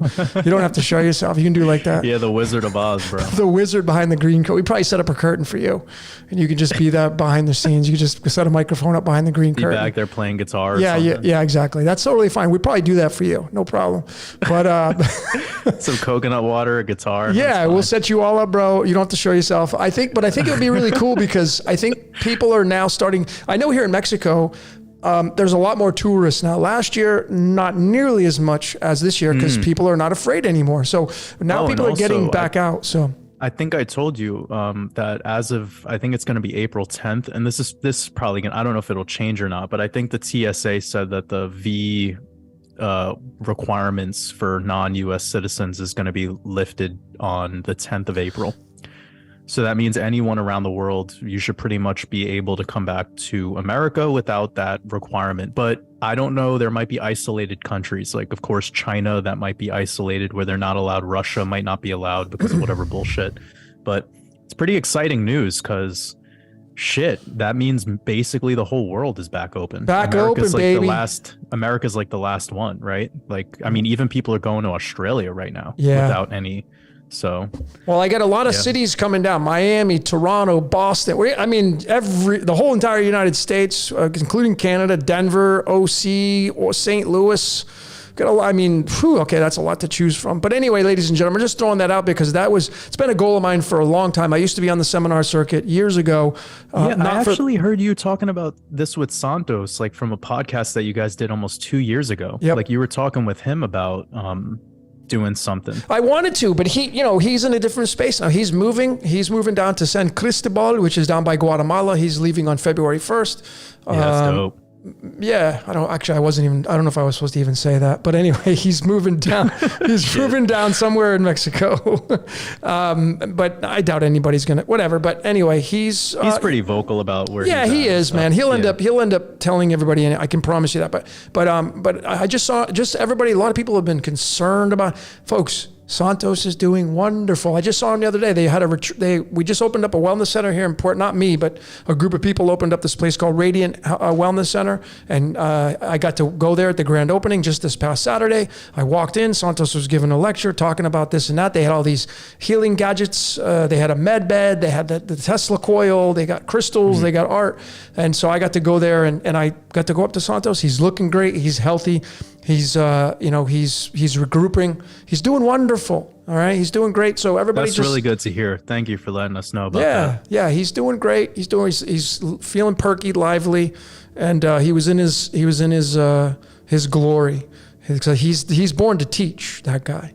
He's got a heavy code. If you look at his astrological chart, man, you'll know why. I think me and that guy need to meet, bro. Yeah, me and that guy need to meet because I know, like, his energy, it reminds me a lot of my older sister. They have a very similar energy, not the totally different set of skills and wisdom and all of that, but like that energy, like I know how to work with, and I think it would be comforting for him, and it would also be interesting for me because Santos is so popular now, right? Yep. So when you become popular, that basically means you're famous. Yep. And if you're famous, you have to deal with so much prana. A lot. So you need to know how to, that's a big reason why I don't show my identity. Because like I know this prana storm that you have to deal with sometimes is a lot. And when it comes in at your archetype, when it comes in at you, you need to know how to deal with that. Agreed. So it's a heavy burden for people to be famous. So people got to remember that, man. Like Santos is famous in this truther community. He's got, I guess yeah. that would probably be the way of saying it, right? Like he's like one of the most famous people in the truther community. So I don't know, man. Shout out to Santos. I've gotten people reach out to me asking me like about the guy and how I feel about him. I've never met him. So I say the same thing all the time. If I haven't met somebody, I haven't talked with them, I can't pass any judgment. But I've watched some of his stuff from like 4 or 5 years ago, even older than that. And it's amazing. Like he has some shit that he was sharing back then. That's just, dude, his older stuff is the best. And you know, when you look at his astrological chart, you got to realize, ladies and gentlemen, in the sidereal Vedic, he is not an Aries. He is a Pisces. Okay. Pisces is the heaviest astrological sign on the entire chart. It combines all other signs. It's that sign number 12. So he's Aries and he's Pisces. He's got a ton of energy in his 7th house. He's got like 6 planets in his 7th house. Which is all ruled by Lib Ra. Okay, Lib Ra. Mm-hmm. All right. So he's got a heavy code, and you know, he has behaviors that a lot of people don't like. I get that. Right? I don't resonate with some of the stuff he does, but you know what? He keeps it real. And if you know him from a personal level, like I've been fortunate to do, inside of that sometimes ugliness, he's a beautiful soul, and he's done so much wonderful thing for the decoding world, especially his older stuff. And that is what I value about the great Santos Bonacci. You like him or not? That's, you know, he's done a lot of great for the world, but you know what people do? They just look at the dirt and they just say, oh, well, he's this and, you know, oh, I met him and he's this and, oh, folks, you know, like, okay, well, are you perfect? When you perfect, you go ahead and come back to me and tell me you're perfect. And then you can start casting the stones, but you're not. Well, you know what it is, man? Like, and I think we probably talked about this before. It's like the difference between being a creator and a consumer. Like when you're only a consumer in your whole reality, when you're just a side character. And again, this isn't to offend anyone. Like, I think we're all tapping into our creative essence for sure. Yeah. But what I'm saying is like clearly Santos has hit full-blown creator level essence. Like he's rode that wave. He's done it. You know, that's why he has the following he has and why he has the fame he has. And when you get there, it's a different game, you know? So the people that have stuff to say is like that, it's typically because they've never went through that risk of sharing your truth at that scale. That's a huge fucking risk. Like it's even risky for me to make a YouTube video now because every little thing I say, people want to hold me accountable for it in the way that they want to hold you accountable for it. And they'll disregard shit that you said 6 months ago, a year ago. Yeah. Totally. And it's like, I've just learned how to deal with that prana. Like I have people do this to me all the time, you know, and not to speak about myself, but like, I could just not imagine at Santos's capacity, if I have to deal with it, then I know he must be dealing with it. And that could be heavy on you, you know? And what I will admit is when you're in that position and people are treating you like that, the number one thing that we as creators kind of sometimes slip into is feeling like we're not appreciated. Yeah. Like it's hard to mine gratitude out of the moments where you have hate coming at you, or you have people that are trying to discredit you, or people that are making shit videos about you, like talking whatever mess or whatever the case may be. If somebody invites you on for an interview and they just don't want to deal with your energy without it being a debate. Yep. It's hard, man. It's super hard. I know you've dealt with it sometimes. I get my fair share, man. And I've learned to just take a step back and, you know, I just have fun with this reality. I just, you know, look, ladies and gentlemen, the thing is if you look at this reality, just focus on your body for 1 minute. And your body is the microcosm of this macrocosm. Inside your body right now, there are a lot of wars going on. There's apoptosis, which is self-suicide of the cells. There's suicide going on inside your body. In the microcosm, there's suicide going out here in the macrocosm. Inside your microcosm, there is the white blood cells in the immune system taking charge to make sure they keep in check the parasitic invaders, the pathogens, the bacteria, et cetera, et cetera. And, you know, if we're going to be ridiculously stupid here, I'm just going to call it like it is and get really spicy right now, okay? If you think the boogeyman devil created the bacteria and the pathogens to invade your body, I would really encourage you to put yourself in check and really start to take a deeper look at your beliefs. All right? Because whatever created your body created both the immune system and the pathogens and bacteria that invade the body to take you down, because you're not supposed to live forever. All right?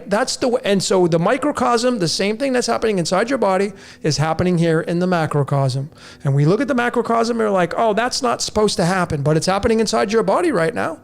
and you don't really pay any attention to it. So if you just take your body and you look at it and you know that there's persecution coming in your body, bacteria, pathogens, all this kind of stuff, diseases, they come, cancers. How does cancer come about? Like, what created cancer? I mean, are we thinking about these concepts? Why is there the Tropic of Cancer and the Tropic of Capricorn? Who the hell named it that? Why did they name it Tropic of Cancer? Those of you that are Cancerians, why are you a Cancerian? What is Cancer? It's ruled by the moon, right? The ruler is the moon. What's above the fourth house? Capricorn, house number 10, ruled by Kronos. So you have what David Icke says, the Saturn moon matrix, which to me runs Hollywood. It runs this reality. That's why you got the equator in the middle, separating the Tropic of Cancer and Tropic of Capricorn. I don't know why I even started talking about this stuff. No, you're lit right now. Yeah, this is important. Yeah, but this is Cancer is the gateway of man. That's like one thing I've been like. If you look at that royal arch, you see Cancer's at the capstone. At the top, yeah, at the top, yeah, because that's the yin yang. Right? But it's Masonic, so it's evil. That's the only thing about it. We must know that it's Masonically. And this is why I have a Freemason. Yeah, I know. Hey, I just want to let you guys know, my dad and my mom are 70. My dad's going to be 77. My mom's 76. They live in a brick house. And guess what? They're Masons. They're Freemasonics. Yeah, they're going to come after you. They're Masons. And they get the pirate flag blown in the wind and shit. No, this is how they live. My parents really live in a brick house. Right. But they're not Masons, ladies and gentlemen. But you put up a brick wall. Oh, well, there's the symbology. You must be Masonic. It's like, do you even know what the hell you're talking about? We live in a time where that's what people want to focus on. Like, I get why we do it, but that's like just where people's focus is at. They're not here to learn. They're not here to extract the wisdom. They're here to just judge. Everything is judgment. Everything is everything is externalizing and pushing, projecting. Which you can. We're in the dark age. It seemingly is that way, right? So you got the foundation, my beliefs, Jordan, I want you to add to this. I'm going to throw this out there. Yeah. We go from you go from a baby, golden, to a senior citizen, and then death, dark. Golden age to dark age, repeat, okay? We all go through it as an individual. We go through it through the cycles, through the great ages, the astrological signs. It's just micro to macro. So we're seemingly in the dark age right now. So what do you think is going to be dominant on the world stage right now? Things that are dark. The boogeyman's going to be here running this, because what happens when you're stage 4 cancer? You think you're in the golden age at that stage? Hell no, you're not. You're in the dark age, ready to die, right? You're in the dark age. So if you take these same concepts, ladies and gentlemen, we are seemingly in an age where darkness is the ruler right now. Deception, if we call it that, it's doing its job. Cancer cells, what do you think they're going to ask you permission when they come in your body? No, they don't ask permission, man. They just program to do their job. You give them the environment and they'll flourish. Cancer can't survive in an alkaline environment. So if you want to get factual, you want to stay in the acid realms, well, you're susceptible to cancer. So this is it, ladies and gentlemen. You create your microcosm in the macrocosm, no matter if this reality is scripted or not. When you hear something, you're like, oh yeah, I better do something about that. You were supposed to hear it. And if you take action, you were supposed to take action. And that's it. And we're in the dark age, and you got to make lemonade out of it. So that's the spice right here. What kind of lemonade are you making right now? It's funny that you said lemonade too, because like if you just look at the 4 basic stages of alchemy, like albedo, negredo, and citrinitas, that third stage being the yellowing, or like the lemonade. And then the 4th stage is rubido, which is like the reddening, or like it comes from rubato, which in music means robbing time. Kind of off pace, and that's the phoenix rising from the ashes, right? Yep. It's also spoken about in that, if you listen to that song Somewhere Over the Rainbow in The Wizard of Oz, her lyrics are actually singing out those 4 stages. Oh, I didn't know that. Really? Yeah. Oh, wow. Huh. I didn't know that. Interesting. Yeah, well, it's pretty lit.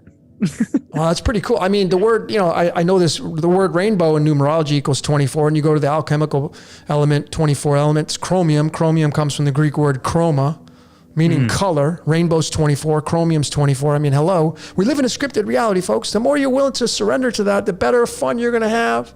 The less blaming you're going to do. The more fun you're going to have, the more creation you're going to be able to put out. You're going to be the star in your own movie. You're going to be the 17, the star card. 17 is the seventh prime number. There are 7 chakras. You're going to be the star in your own movie. So it's funny that you said star. So I could break this down for people. If you go to the bridge of the song Over the Rainbow from the movie Wizard of Oz, the bridge is someday I'll wish upon a star. So in order to see the stars, you typically need the night. You need the nighttime. And that's that first stage, the blackening, which is Negrero. And then the next stage would be Albedo, which is the whitening. And she says, and wake up where the clouds are far behind me, which is white. And then she says where troubles melt like lemon drops, which is the third stage, Citronitas, which is the yellowing. The solar and then plexus. the fourth stage is reddening, which is Rubero. And that is, she says in the next line, away above the chimney tops. And chimneys are made of red bricks. That's the red bricks. Oh, yeah. And then she says, that's where you'll find me. Ah, okay. Bro, she's God. Ah. That's literally it. And think about it. All language was created from looking at the sky. That's the constellations. That's the original logos, which creates letters, which creates words, which creates language. So she starts this out by saying, someday I'll wish upon a star. And that's like the imagination. You're doing this in the night. You're doing this in the darkness. This is the most lit song ever. Wow. Like if you decode this song and just look at it from this perspective that we're talking about right now, it's fucking amazing. Yeah, well, I mean, and then Somewhere Over the Rainbow. So anyone who knows about electromagnetism and like what you were talking about earlier with dielectricity, etc. Yep. Mm-hmm. Yep. It's amazing, That's right? what it's all about. The electromagnetic wave is the prison planet. And then you have the diamagnetic pulse, or the dielectric pulse, which is the photon of light, which is, and God said, let there be light. So you bring Judaism and theology into it. It doesn't matter. You could bring the Quran into it. It doesn't matter, folks. That's why just whatever you like, it's going to talk about the same stuff. It's going to go back to physics and science as religion, which is that astrology, which is numerology, which is the source code. It's all of that crap. And I have broken down the colors of the rainbow, and how they fit into this reality. So I think all the colors of the rainbow through numerology equal, I want to say 175, which is Lucifer, 71, the 71st element, lutetium, it's 100, the 175th isotope. I want to say that is the case. You got to include white and black in there. But I think, what people don't take into consideration, because I see a lot of people, well, I'm a light worker. Yeah, I'm a light worker. No, dude, you work in the light. Hello. Let's go stand in a pitch black room. Let's see how much light you shine in. I'm not going to see you. Yeah, we're going to bump into each other. Okay? So you work in the light, and we come from the darkness. That's why in the mother's womb, there ain't no light in the mother's womb. There's no light in the soil where the seed's at to go reach for the sky. It's black. Black is yin. Yang is white. Yin is feminine. Yang is masculine. It's pretty simple, right? The yin and the yang is the Jack and the Jill. Jack and Jill is yin yang. So that's where it's at with. I have done a decode on one of my favorites, Jack and Jill Decoded. So if you're not Jack stuck in the box, you're going to be Jill stuck in the box. That's lit. Yeah, it's awesome. That's awesome. It's awesome, man. It's awesome. Yeah, I love just decoding some of this stuff. And when you look at it without the blame game and the playing the victim and like all this Luciferian stuff, like it allows you to really see what's going on here. It really does. Like, I think when people start getting into learning about decoding or gematria or whatever numerology, like they kind of are learning typically from, I think, unfortunately, people that are pegging one thing as good and one thing as bad. So totally. that right there is just something to watch out for, family. Like whenever you're learning in life, if the teacher is making stuff about bad and good, that's probably a signal for you to like hold off from your true acceptance of what it is and just go into resonation mode. And that's what I ultimately teach everyone. Like I say this often, believe in yourself and resonate with everything else. Yeah. Yeah, no, for sure. I mean, the word Luciferian equals 35. The word simulation equals 35. You know, I mean, well, what more do you want, folks? What, Oh yeah, what, the what word more? the typing in somewhere over the rainbow equals 100 in Chaldean. Yeah, that's the 100 on CW. You ever seen that show, Jordan? You ever watched that show on the CW called 100? No. Oh yeah, yeah. It's about a bunch of prisoners. They're kids, and they're on the Ark in space because Earth is uninhabitable because it had a nuclear reset, and then they get thrown down to Earth to make sure that Earth is inhabitable again. The 100 do. 100 kids. They're prisoners too, by the way. Dude. That's fermium, yeah. and that's tied to the process of the alchemical process, sodium and sulfur and all that shit. It's fermium. Dude, learning about alchemy is wild. Yeah. It's really something. Like, I mean, there's so many ways you can go with your studies, right? Like, it's almost hard to know which route. Yep. Like, it's really blowing me away. Like, I was looking into this audio book by Manly P. Hall. It's called Divine Dynasty. Okay. And another title for it was Greeks and Roman deities as personifications of divine principles, and it goes into things like Uranus, Chronos, Zeus, and breaking down the 12 Olympians, etc. But then I started to just look into Manly P. Hall more, and he wrote his first book when he was like 21 years old. Yeah, he was young. Like, I think he wrote not that age matters. Age is really irrelevant unless we're talking about relationships. But like when I'm thinking about this guy's amount of intellect, it's just fucking crazy how much he knew. Well, he got his information from Lucifer. His mom, I decoded him. His mom was a dentist and his dad was a chiropractor, both working with the bones. Okay, the 20th element in the periodic table is calcium. 99% of the calcium is in our bones and teeth. 71 is lutetium. 71 is the 20th prime number, and there's Lucifer and calcium, which is duality. And both his parents worked in the bones. Dude, what the fuck? That's where he got his secret teachings of all ages from. What do you think? It's in his mind, folks. Go watch. It's right there in the story. I ain't making this up. Man.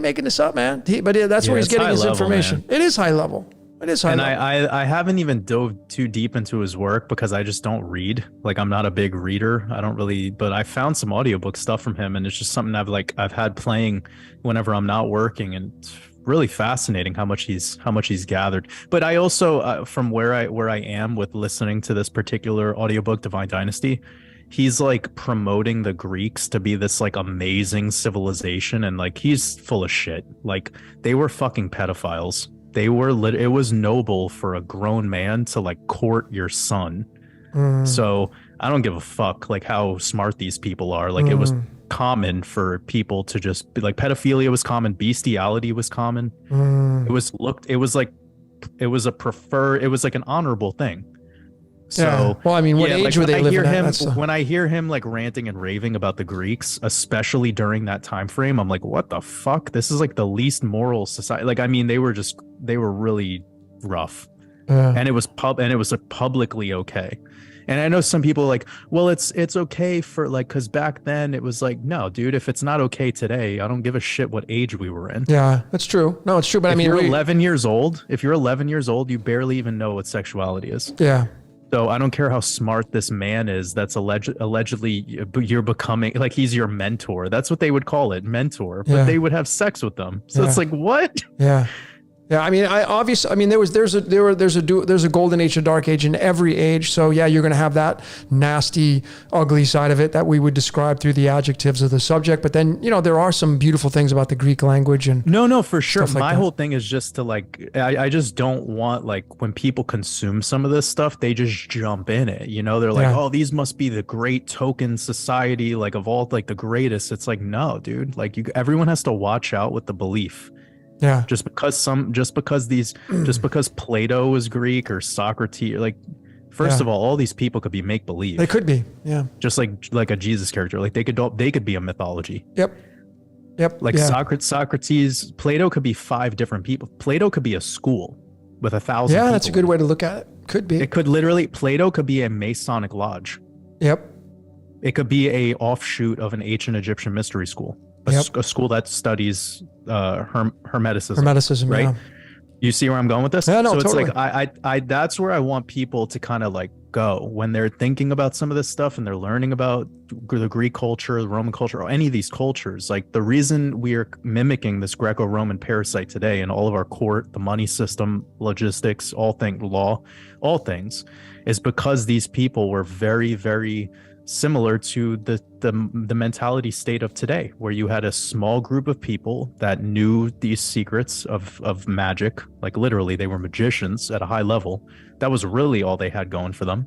They were outnumbered substantially, and they maintained posture through controlling, through brainwashing, through mind control, right, through media. They just did it in a different application. Yeah. I mean, it's so hard to make heads or tails of what really happened or what didn't happen. Let's get some of these questions. We have a question here, and Jordan, I want you to jump on this. So Sally's asking, asking, is it not true that if we do nothing, our code will still play out? Well, go ahead and sit in a room, Sally, and do nothing for 24 hours. Just go sit inside of a room and do absolutely nothing. And what you'll come to the realization is you're still thinking. So there's no possible way you will do nothing. You will still think, which will end up creating some kind of energetic expression, and you will end up creating. What's your thoughts on that, Jordan? Yeah, precisely. Like you are your mind and your feelings and emotion. I talked about this recently, that your emotions are the thought of feeling, but not the feeling itself. Yeah. So if you put yourself into a place where you're trying to avoid stimuli, your mind is eventually going to just push you to doing something that stimulates you. That's right. That's why we have something called boredom. That's why we have the idea of depression or anxiety. You're gonna naturally move into a plane where you start to think about other timelines. Yep. And then when you go into yesterday, you're going to have to deal with those traumas. When you go into tomorrow, you're probably going to deal with some anxiety and worry of the what if. So that'll promote you to play out that code anyways. And furthermore, if you think about the idea of force, and I'm using air quotes with this, of course, people can't see me, but if you're forcing yourself to do nothing, that might be part of like your literal code playing itself out at that moment. Like I am such a creative fucking person that I have to stop myself all the time. Like I'm being honest. Like if I didn't stop myself sometimes from perpetually creating and doing, I would be a psycho. Yeah. Like I just always am thinking. I can't even take a shower anymore without like thinking of an idea that I want to share with everyone. So I have to pump the brakes on it. And now the idea of the code and where it stands and all of that stuff. Like, I mean, if we push ourselves against that current and we try to actually control our action, well, that in and of itself is an action. It's you controlling the right. So I guess that's what it is. Like the process does require you to put the mute button on for a second, so that way you could kind of like reflect and ask yourself what it is that you want or what you desire and what it is that you're eventually going to manifest. Yeah. Well, there you go. So folks, we're not designed to not think. Even if you say, well, focus on your breath, just focus on your breath going in, you're still focusing on your breath. You're thinking. Like it's not possible to not think. Your mind is designed to think, you know? I mean, you know, feedback is 30, placenta is 30. The placenta ties the umbilical cord to the baby. Once you cut that cord, now your mind is the feedback. Now your mind is the placenta. We're designed to think. We're thinking beings, ladies and gentlemen.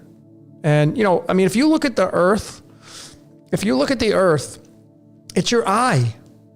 If you take your eyeball out of your eye, you have, you know, if you're somebody who's in the flat earth stuff, well, that's your iris of your eye. And it's you have the pupil inside that, and then you have and that's why the globe is still, like some people, well, no, there's no, oh God, this flat, I'm not going to get into the flat earth, but yes, the globe exists because people had made, it's been around for a long time. I was taught the globe in school. Whether it's not real or not, it's real because the idea makes it real. But if you take your eyeball out of your eye, there's the globe. And that's the firmament, right? That separates the waters from above. I think we're underwater anyway. The earth. I think the water's the belly of I think the earth is the belly of the beast, and I think we're underwater. I think so. And we're in the basement, like Californication. Space is the final frontier. right? Yeah. And it's the basement. But All of that stuff is just belief, right? Like Yeah. it's what your mind wants to decide to be comfortable with at that moment. yep, That's where the flat earth and the ball earth conversation comes back to. Like it's just where you're comfortable at that moment. And of course we can all admit that jumping from ball earth to flat earth requires you to ease up on the vice grip of being comfortable with what the collective believes. yeah, So it is a part of your expansion, but then when you settle there and you're not willing to take on any new data, it's kind of like you limiting your ceiling, and your mind gets reshut. yep, yep. I totally agree with you on that, my friend. So somebody put some. What do you decoders in the chat room here? What? Just put a word that you want us to decode. Just one word. Let's see what you can put it in capital letters. Let's see what you guys and gals come up with, and then maybe we'll do a numerology on it. Jordan, somebody asked about the number 38. Jordan, go ahead. 38. What's 38 for you? What do you got for that? Kate Bishop's asking any info on the 38. What do you got? Damn, 38. Well, anytime I see the number 8, I always think about like the infinity symbol or the analemma or anything regarding that. But like one of the things that I'll do with my decoding is if I see double digits, I'll think instead of just 38, I'll think 3 8s. So 888, and then I'll like build my decode off of that. So yeah, that could be one of my more advanced ways of doing things. And 888 is 24. So as much as the 38 is 38, it's also 24. And then that 24 comes back to things like the Jupiter zodiac logo tied to Jupiter. You turn that sideways, you have the zodiac logo of Saturn, 24 hours in the day, etc. So, but as for the number 38 in and of itself, I wouldn't specifically have anything to say on that. Okay. All right. How about someone's asking about the number 21? What do you got for the 21? Yeah, it's a number that comes up quite often in my work. It's the number that adds up to the word Saturn in multiple ciphers, but like I know Logan uses primarily the Chaldean, and it equals 21 in Chaldean, and Saturn's father time is Chronos. And that is a big player in my work because Saturn is Satoshi Nakamoto, and that's the creator of the Genesis block of Bitcoin. And Bitcoin is pretty much the mover and shaker of the crypto market, which will eventually be the actual market that takes the cryptocurrency and blockchain technology will take over the current financial system. But that 21 is absolutely important. In my work, I mean, I talk about it in probably almost every single video. Oh, is that right? You talk about it a lot. Yeah, I definitely do, because we were just in the year of the Shemitah, and the Shemitah is the year of Saturn. I know we actually did a podcast covering this, and if you think the number 21 is 777, that's the jackpot. Yeah, jackpot. So that's the Shemitah is a 7-year cycle. It's the year of Saturn. And there's definitely something going on here where we have those 21-year cycles, and then there's bigger cycles, there's smaller cycles. So because I do cryptocurrency and I decode the markets, looking at like the cyclical nature of it all and trying to, I don't want to use the word predict, but to determine the future price action, this 7 has been big. And of course, if 21 is divisible by 7, right, then that makes it a significant number. One last thing to say is on the 2nd day of January, which you write that date internationally, it's 2/1 of the year 2021 was the first time Bitcoin hit $33,300. There you go. 333. Bam. Yeah, there you go. And Bitcoin, there's 21 million coins in supply. The 21 tied back to Satoshi. So yeah, that 21 is definitely shown up a lot in my work, and because of Saturn, it's super important because Saturn is the god of so much of what's I don't want to say controlling humanity, but influencing humanity. It's the black cube. It's it's the television. It's your iPhone. It's the Bible. The Bible's a black cube. No offense. I know that's going to offend people, but books are the black cube, guys.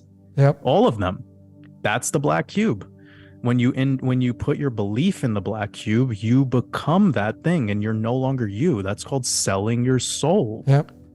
You Yep. could sell it to the Bible, you could sell it to your television, you could sell it to your computer, you could sell it to any other black cube, you could sell it to the cube at Mecca.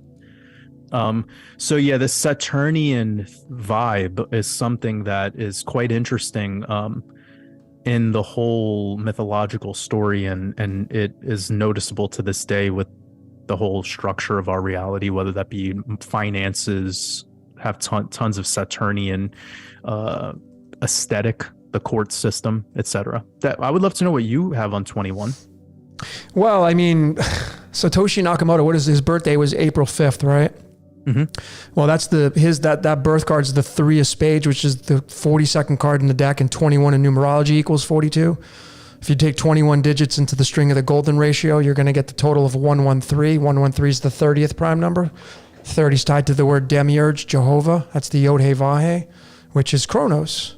So you're spot on with all that. I mean, the word love equals 21. And, I did blockchain decoded, which was a really fascinating decode. And if you look at the astrological chart of the blockchain Genesis 0 on January 3rd, 2009, you had Saturn in the 5th house, I think it was, handing off the 6 of diamonds card, which is the charity card, handing off money basically to his daddy right across the way, which is Uranus. Uranus was in the sign of Aquarius and in the 25th nakshatra which runs technology, Purva. And that was in the sign of Aquarius in the 11th house. So it was clear that Genesis block, it was the son of Uranus, which is the ether basically, getting the diamonds, getting the currency from his daddy, getting the blessing of crypto, and then moving into the 25th nakshatra, which that nakshatra is the bridge from Pisces into Aquarius. On the astrological wheel, the 25th nakshatra is the bridge that is going to bridge the gap from Pisces into Aquarius. Purva Bharapada. I probably butchered that name. Some of these are so tough to pronounce, but that nakshatra rules technology. It rules taking risks, uncertainty, all these adjectives to describe the volatile aspects of cryptocurrency. Right. Well, it's amazing that Ether, the way that Ethereum's subdivided Ethereum, ETHER, it equals 21 in Chaldean. Yeah. So Ethereum or Ether in the mythology, it's the upper air that the gods breathe. It is like kind of the divine. It is heaven almost. Like if you think about it, like ultimately Uranus or Silas is heaven, but it's like the primordial element of heaven, right? Like it's very interesting. If you start connecting it to other mythologies, it makes so much more sense. But I think it's just amazing how the second biggest cryptocurrency is called Ethereum, Ether. It's huge. I mean, if you refer to the periodic table, the 21st element's called scandium. The weight of scandium is 44.956. The word transhumanism equals 44. So the bridge from the periodic table, scandium being 21, is tied to the 44, and 21 is tied to Chronos. It's all Zeus is 21 in the Greek. So you got father and son. I feel like Jupiter, Zeus, and Saturn, Chronos, the 9 and the 10, those houses, the 9th and 10th houses, is kind of seemingly running this reality. And then below them, to form the symbiotic relationship, is going to be the house of Cancer and Gemini, the 3rd and 4th, and that's ruled by Mercury and the Moon, both of them equaling 23 in numerology. Yeah, that's it. It's Uranus, Jupiter, or Zeus, if you want to call it that, Saturn or Chronos, and then Mercury and the Moon. The Moon. That's it. Like when you talk finances, that's everything. That's everything. Yeah. That's everything. And that's what makes this year really weird, because this being the year of the rabbit, and that rabbit symbolism typically being tied back to Venus, but it also is tied back to the moon, of course. Anything really dealing with Venus deals with the moon, based in my decoding, based in my study of esoterica. But just as that like divine feminine player. But with this Venus connection to the year of the rabbit, it's really, really interesting because of where Venus fits in with finances. Like, I know it's the last day of the week, Friday, and that's when the markets close. Yep. So I'm trying to utilize all of that in my decoding. And I know we got the Super Bowl coming up soon, and I was gonna do a decode for the Super Bowl, probably at I'm the going to do first one. day. Awesome. Yeah, we should We should probably we should collaborate. Yeah. That'd be Well, kind of cool. Yeah, I think it'd be cool. I think last year we both got the same. We did. Yeah, we got it right. Yeah, we got it right. We got the Rams, right? That's so right. so let me talk about the system that I used, and then you could explain the system you used, and then that might be able to help people gather some information so they could decode this. But what I was looking at was a commercial or an advertisement that came from when Metaverse came out, like basically when Facebook rebranded. Okay. And it was just an advertisement. I don't know if it was on television, but it was at least shown by several advertisements on the internet. Now, I saw that symbology with a painting of the bull and the tiger, and it looked like the tiger was in a power position, but then I saw some connections that were making me sort of feel like, well, Metaverse just crashed, like their stock just went to shit. So it was kind of like this anti-energy, like a negative energy. And I quickly assumed, like, well, this is the Shemitah year that we're in, and the Shemitah has everything to do with the ram. You know, they blow the shofar, the ram's horn. Yep. And I was like, okay, well, the ram wins, and the tiger just crashed. So anything involving the tiger, which has the number 15 or 47, right, being the 15th prime, those are probably going to be negative affected numbers for the rest of the year. And everything that had the number 15, specifically in Chaldean, just was horrible. Like Hex token is a coin that had the 15, XRP had the 15. XRP is directly tied to Jupiter. So everything tied to Jupiter did shit. And if people are confused, Jupiter being the striped planet, which ties back to Tiger. So that was kind of like my system. I actually did a very simple decode.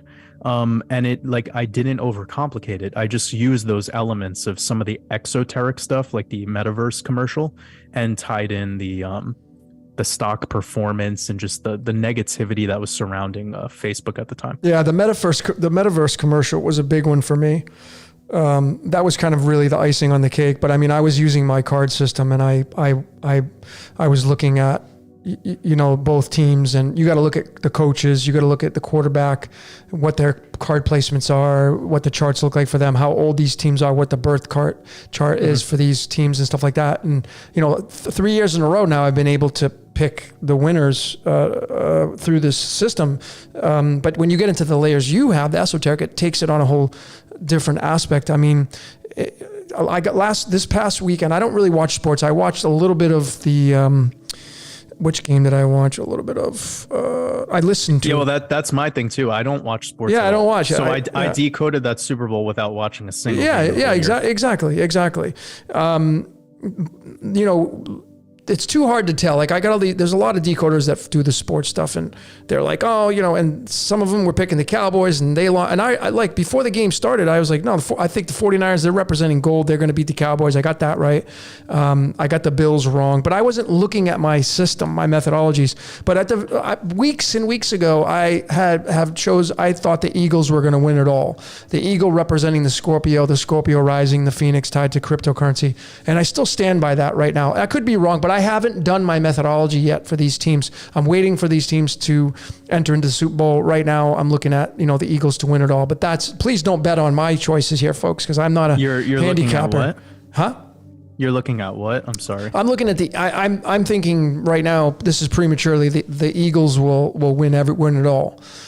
Philadelphia, you know, Philadelphia sits at 39 degrees north latitude. That's tied to Lucifer. It sits at 75 degrees west, which is tied to Lucifer. And the first commercial computer is housed in the great city of Philadelphia.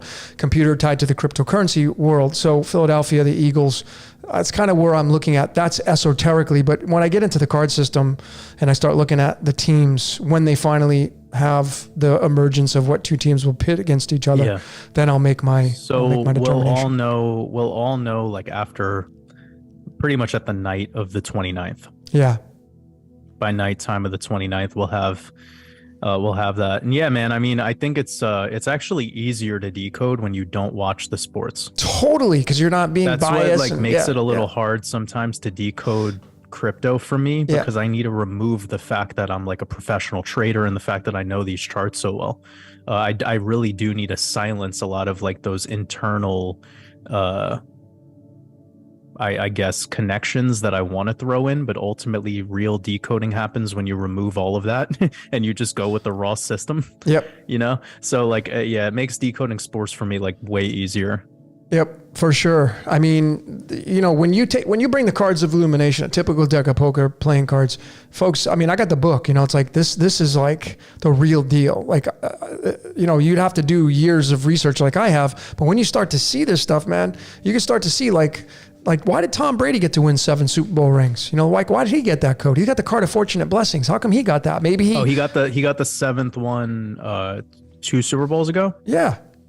Okay, so he's done. Yeah, and I mean, why did he's got the 10 of diamonds, which is the operating system card. Why did he get that card? Maybe he leveled up in his past life. Maybe he did some good stuff in his past life. That's why I think it's important to be, as I say, for fun, be the best little devil you can be down here. You don't try to figure it out. Stop doing the blame game. Go out there and be a creator. Go out there and create some content. Help the world. Build your utopia instead of fighting against the dystopia that you can't stand. This may be the reason why we level up in these realities of these cards. But I mean, when you start to study the cards and you start to see these people and their birthdays and what their ages are, these are game changers in the whole scheme of sports gambling. And I don't even use it, and I won't. I get a lot of people asking me, can you show me? No, I'm not interested in showing you, man. You go learn it on your own. I'm not going to go teach this to gamble. Yeah. They're really pushing gambling. Yeah, I'm not interested in that. Not interested. Yeah, in that. they're really pushing that. And that's why for me, like I try to even say that I'm not predicting, I'm just decoding. Yeah. You know, like I just rather do it from the decoding perspective, save my prana. And like, if things go your way with your personal choices, if you consume my content, then dope. But I'm not here to push any of that shit, because it just, at the end of the day, like it's all just a coin toss for you on the individual level, unless you start decoding for yourself. Totally. When you start decoding for yourself, it's like taking responsibility for the commute that you do in the morning. Yeah. You know, like, yeah, Google Maps could fuck up. There could be a detour. Somebody could get in a crash in front of you. But like, at the end of the day, you got to get from point A to point B. Yeah. I mean, decoding is just a process of getting from point A to point B. Yeah. I mean, there's just so many people that are decoding sports now. And I mean, who would have thought people, you know, like, I know this just because people are sending me stuff. Minnesota and the Giants. The Giants beat whatever team they beat. Nobody expected them to win. They won, and they went on to play the freaking Vikings. People didn't expect the Giants to win. Oh, their code is this. The numbers. They think they got to figure it out, man. It's like, oh, the team's going to win this. It's going to be their 249th win, so it's tied to this. And folks, this is why knowledge can be a curse. Because when you have all this code, man, you have so many more possibilities. And then you're really in the pickle. Hey, Logan, keep going. I'm just going to be right back, okay? Yeah, no problem. All right, well, I'm going to keep talking here. Let's go to some of your comments and let's see what you guys and gals got coming in here. Let's see. Someone was asking about the 47. 47, ladies and gentlemen, big time number, right? Tetragrammaton is 47. What is the Tetragrammaton? It's the Yod-Heh-Vah-Heh. You get to, in numerology, Washington, D.C. equals 47. White House equals 47. Georgetown, the university right next to the White House, equals 47. What do you think's running Washington, D.C.? The Tetragrammaton. What's the Tetragrammaton? Well, it's the Yod-Heh-Vah-Heh. Why do you think they use the Bible for the inauguration, for the presidents being sworn in? Because the Tetragrammaton runs the governments. I don't know how much more clear it needs to be for all of you to figure this out. 47. And 47 is tied to the element silver, because we live in the Silver City. The Silver City. Silver is the most electric element on the entire periodic table. We live in an electromagnetic universe. You have a circulatory system, which is electric. Okay? So you just take these things into consideration and start to look at the code, and you'll start to see how this reality is shaped and formed. It's shaped and formed through source code, and man didn't code it. All right. You're just along for the ride. There's no one that's going to come save you. There's a lot of people out there with this Messiah complex. Okay. And I would love for all of them to get into a room and just hash it out, because there's so many people. Well, yeah, I'm this and I'm that. Well, I'm going to put you in the room with all these other people that think the same thing. And you guys can hash it out. You guys and gals can hash it out. You see, you claiming that's your ego. That's your ego wanting some kind of affirmation from people. You're looking for acknowledgement. If you're going to be a savior, just go be a savior. You don't got to go tell anybody about it.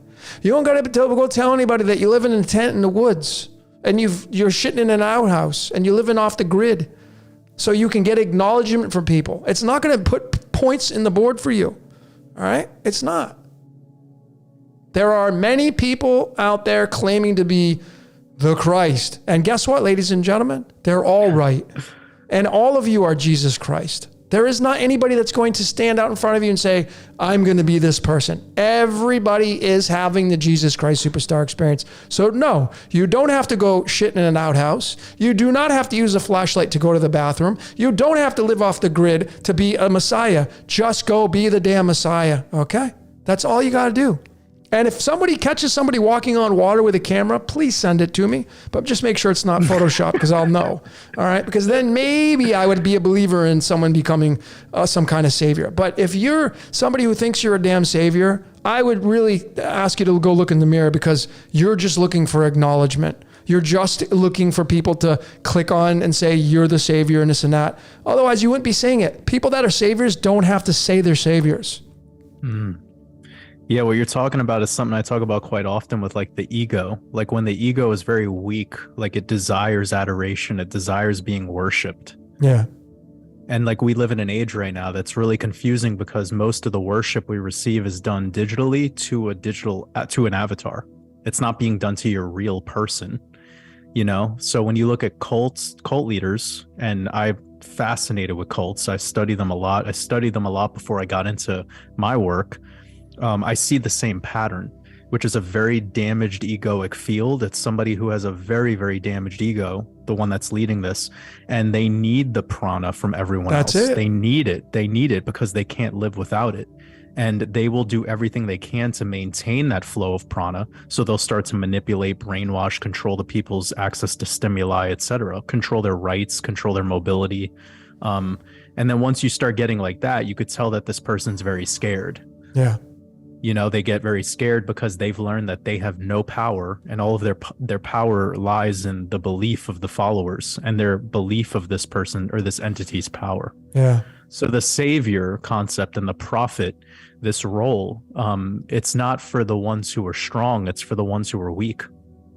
For sure. I mean, folks, if you want to call it a duck and be a duck here, let me just tell you, Jordan was born on the 3:16, and what is the most famous scripture that's quoted at so many sports games? John 3:16, and go read that. It says God gave up his only begotten son. Jordan, are you the Messiah? He's got, you know what March 16th card is, ladies and gentlemen? The 7 of diamonds. You know what number card that is? 33. Jordan, are you the Messiah? Can you just please just be honest and authentic with all of us and tell us, are you coming to save us? Oh man, I'm just eating my grapes. You sure you're not making loaves of bread? I'm just, actually thinking about Jesus. Didn't they like eat a bunch of manna?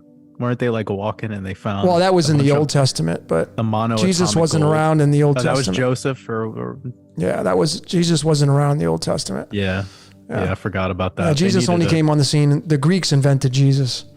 Yeah, they renamed him. Yeah, I mean, people say, "Oh, it was Joshua," but that's just then. How many more names are you going to give it? Yeah, you need to start throwing in those names that start with Y. Jeez Louise, that's insane. Is it Yeshua, Yahashua? Is it Ya? Yeah, is it Yesy? Yes, man. Yeah, Jim Carrey, Jesus Christ, yes, man, Yeshua, man. That's why he's got the initials JC. Jim Carrey, Jesus Christ. Jesus Christ, maybe he's the Messiah. Jim Carrey. James Eugene Carey, maybe he's the Messiah. I'd love to have a conversation with him. Say, do you know you have the JC? I mean, he has that, you know, remember that? I did a decode on that. He comes out on Yes Man, and he's got the guy out on the ledge, and he sings the song by Third Eye Blind. right? To talk him in off the ledge. Yeah, I'm so fascinated in like how religion develops and like how people develop this sense of being where they need to have a daddy. Uh-huh. Because like I think that's really what it ultimately comes down to, right? Like the reason people like having a Jesus is because they have daddy issues. See, I think there's definitely some take into that. I know that's sure. like that's the biggest slap in the face to people, but it just needs to be said. It's like why people are so obsessed with a lot of the influencers on the world stage, right? Uh-huh.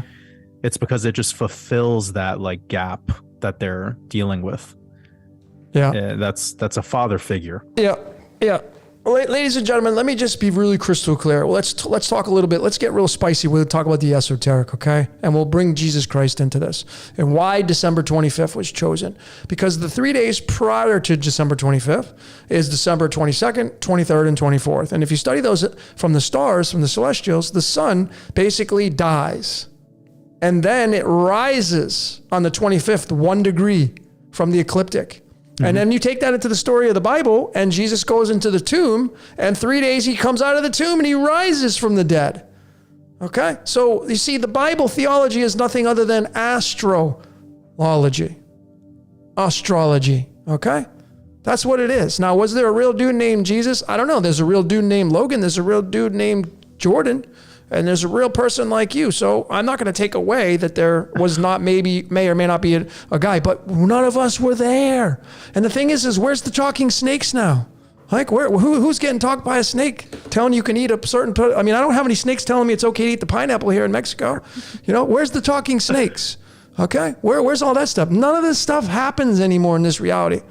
All right. This is thousands of year old ancient text. It's been regurgitated. It's all from the ancient Egyptian Book of the Dead. Anyway, Jesus is Horus. You're going to get into Horus, Ra, and Set. It's just another story told in a different way.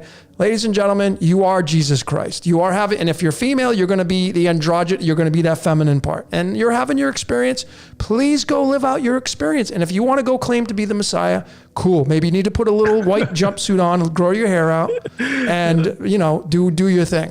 All right? But it doesn't, all that matters is right now. That's it. That's all that matters. It's funny that you say it because like that's a reason why the Roman Catholic Church decided to show a picture of a guy.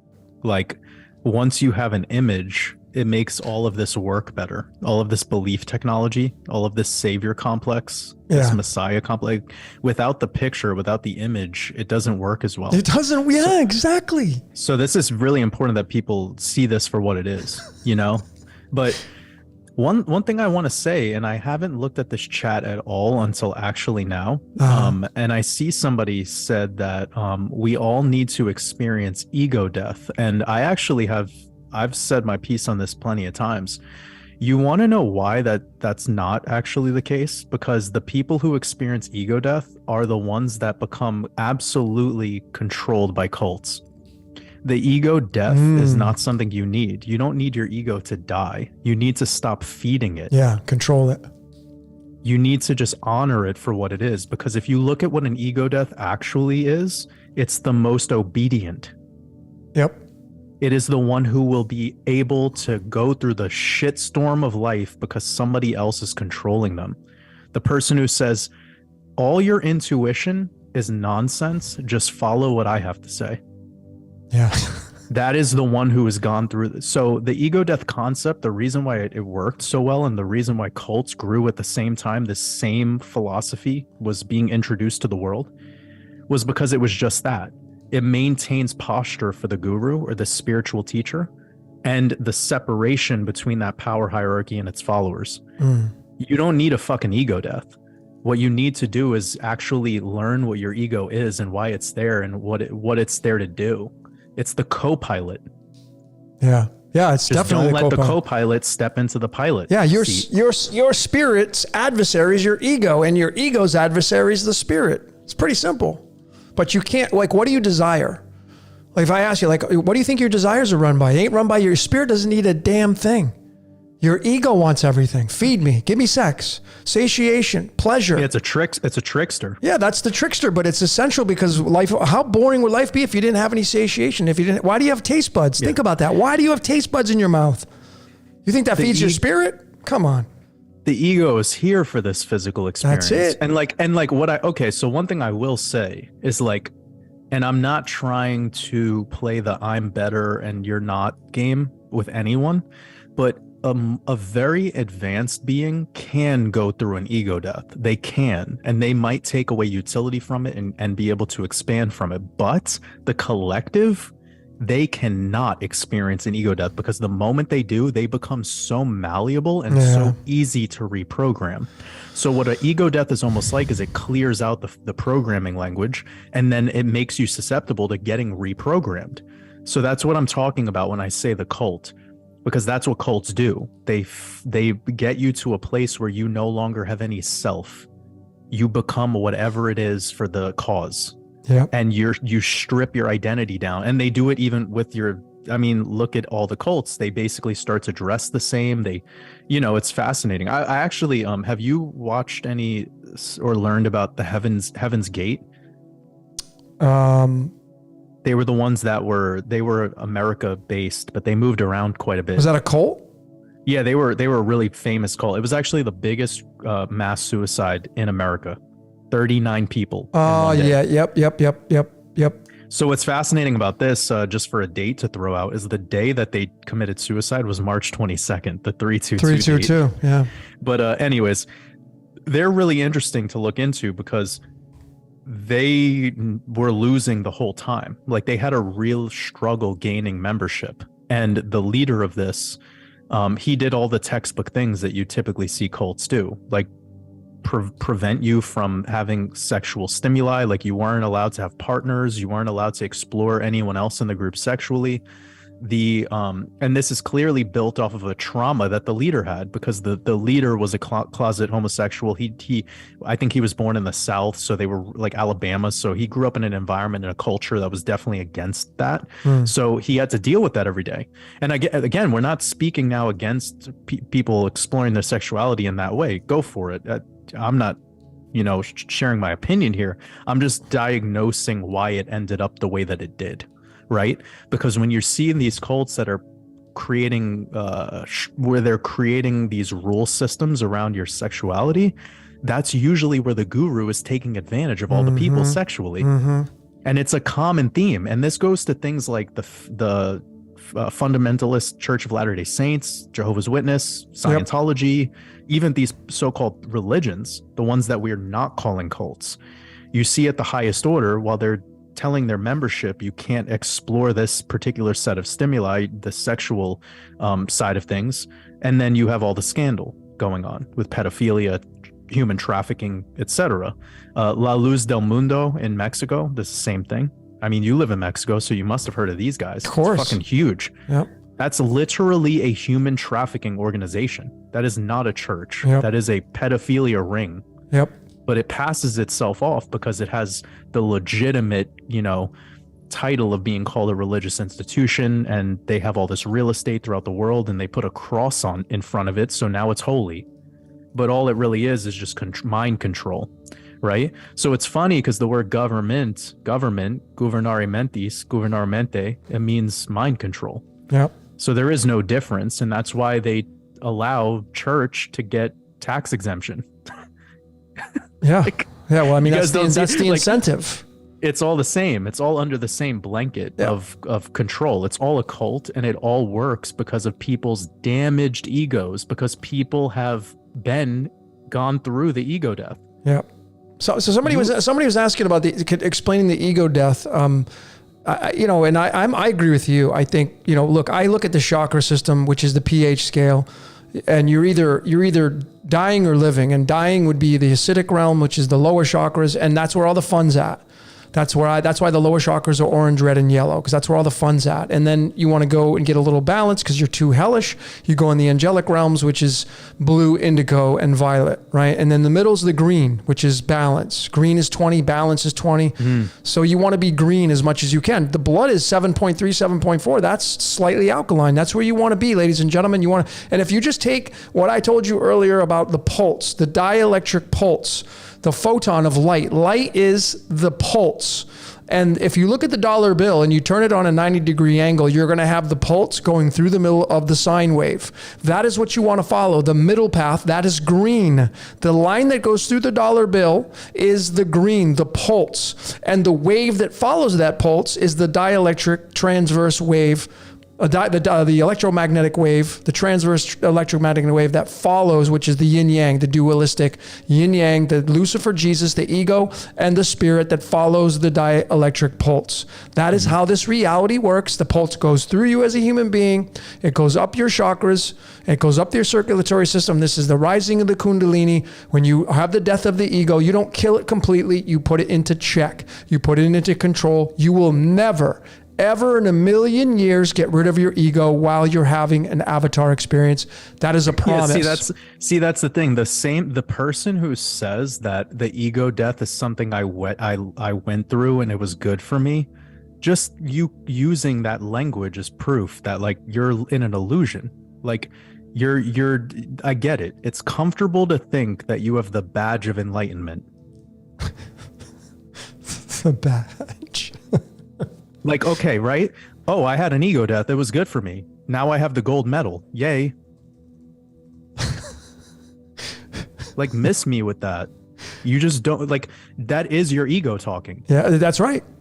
So you're just, it's like oxymoronic. It's very paradox. Here's the thing, family. I know you want to feel better about yourselves, perhaps, because you think that the ego death is a positive thing. And I'm here to tell you that is the opposite, because that's exactly what's going to push you into discomfort, which will make you question what you believe. Yep. So I just also said moments ago that if you are an advanced individual, you can go through this so-called ego death, and because if you have access to your own intuition, you could reprogram yourself.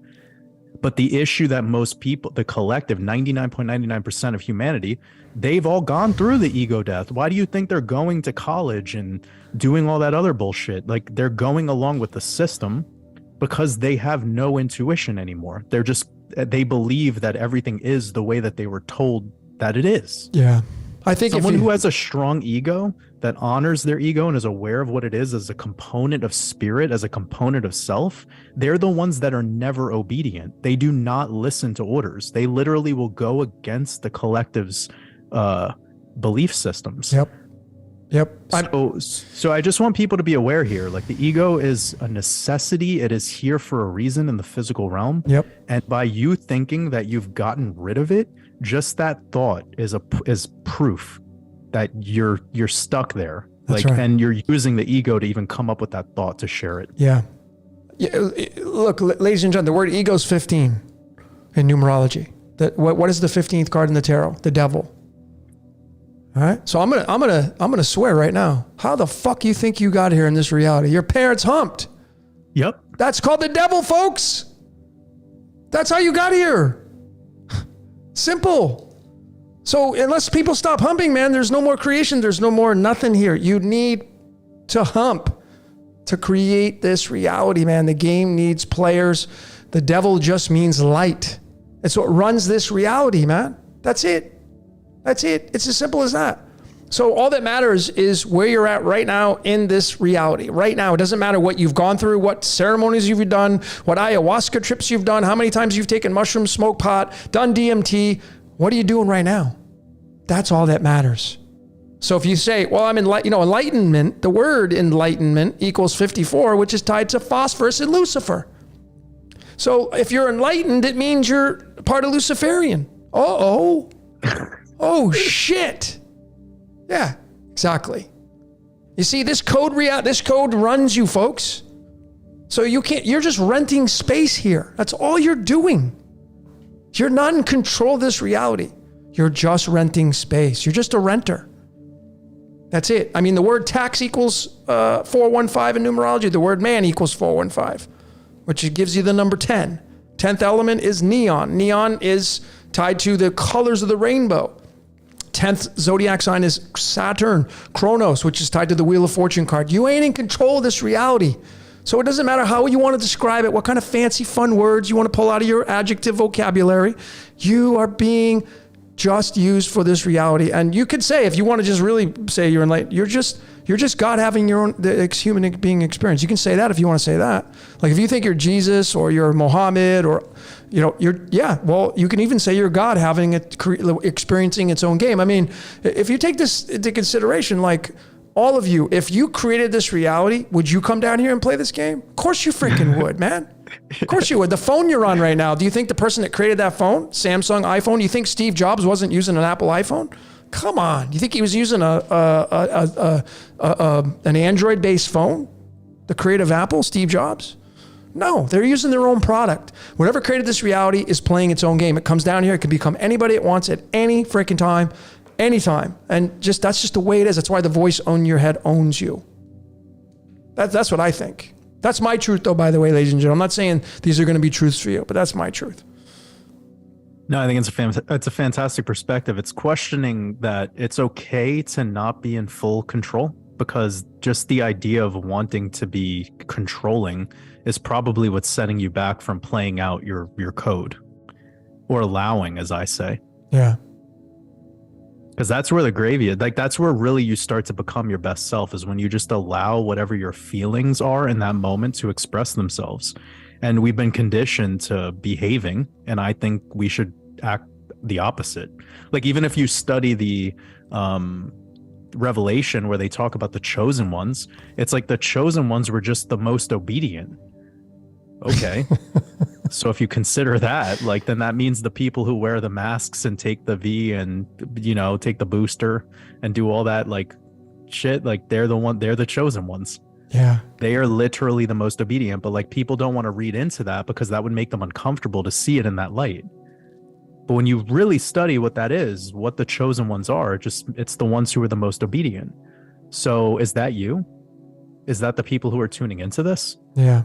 And I'm here to say that if you have a weak ego, if you've gone through this so-called ego death process and you think that it's made you better, just right there, like, it's a sign that, you're working through something, because you're playing that scale, that game of better and worse, or good and bad.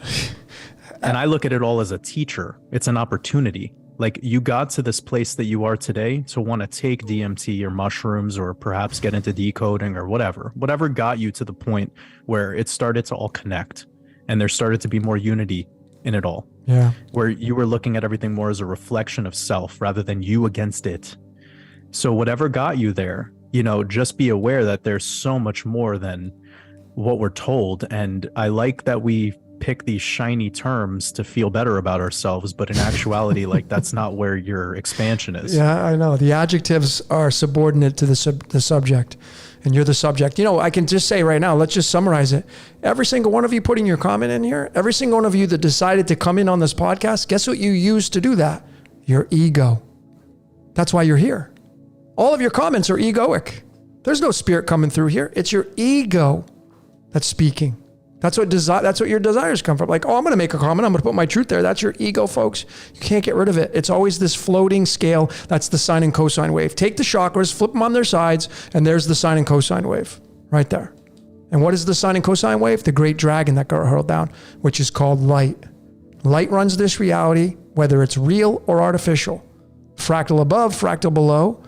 That's what runs this reality. It's a lot of fun when you can surrender to that. That's how you become enlightened, I think, anyway. And I look at enlightenment based off of, like, the breakdown of the word. En, within, light, yep. Mente, mind. Mm-hmm. Okay. So the mind is very crucial. All is mental, right? Yep. The halls of Amenti, too. You get the halls of Amenti and you get into the Egyptian stuff. So, yeah, it's all tied into that. So enlightenment, Like it is the light within you. Yep. And that comes and the part of the mind that I think is, oh, and we could talk about this because I know you like the work of Neville Goddard. I love Neville Goddard. Like, he talks about like the divine imagination, and like I've been diagnosing more of like his, like I've been taking a lot of his work after I created my expansion mastermind course and comparing and contrasting, and I'm like, holy moly, like I tapped into so much of what this guy was about, but like I barely consumed any of his work like ever. I still haven't even scratched the surface of a lot of the stuff that he did. But he has this way of taking biblical concepts and bringing it into something that's just has so much utility. And this is not new. This is like OG, shit was going on. Totally. Like what was his work being shared? Like 70 years ago? Long time ago. Like, yeah. So anywho, my bigger point here is that the way I like to decode is very similar to the way Neville Goddard decodes, where I try to take the mythologies, if you will, and bring it back to self. The same way the mythologies get plagiarized in what becomes eventually these Abrahamic religions is the same. It's all the same. You could take every line of the Bible and it will come back to you. Yep. Always. Yep. Even if it sounds like they're talking about another character. That's right. Because that other character doesn't even exist without you to begin with. That's right. You don't have a friend if there's no you. That's you don't it. have a disciple if there's no you. You don't have a follower if there's no you. There is no universe without you. You are it. And when you start to see what you are, you're mental. You're of the mind. You're just all mind. And this is so mind-blowing to talk about all this stuff and to see it for what it is without playing the game of good and bad. Then you really start to unlock a lot of utility. That's it. I mean, like, folks, you think Neville Goddard, you think his mind was his own? I mean, you think he's just like frolicking around this reality and saying, I'm free, I'm free, I'm free? I mean, I'll go break that guy down. He's born on February 19th, 6 of diamonds. That's a card of charity. His name is 84 in numerology. 84 is tied to the 37. 37 is tied to the eye in the sky. Right? So, and he was born on the 19th. 19 is the sun. Folks, that's what he's working for, the sun. What is the sun? Purity, pure. Right? The sun devil too, because you're going to get into that aspect. These like, have you ever heard of Reverend Ike? You know who that guy is? Mm-mm. Oh, dude. He was a guy who really pushed money. He was a preacher, pastor who was all about Reverend Ike. He's so funny though. And he was all about money. He's like, if you can wish money into you should have money in your life. He was a big money guy in the church, right? And a lot of people, they can't wrap their minds. They automatically will go to thinking that he's slinging, the devil in the church. But yeah. but it's everything in this reality is a Ponzi scheme. So there's no. That should be, I don't know. That's the foundation of my truth is everything leads back to the same source. Like, why is there 10,000 religions? What happened to the first one? Like, why are there 10,000? Like, why do you have 20 pairs of jeans, you ladies? Why do you have 50 dresses in your freaking closet? Because you got bored with the first one. I mean.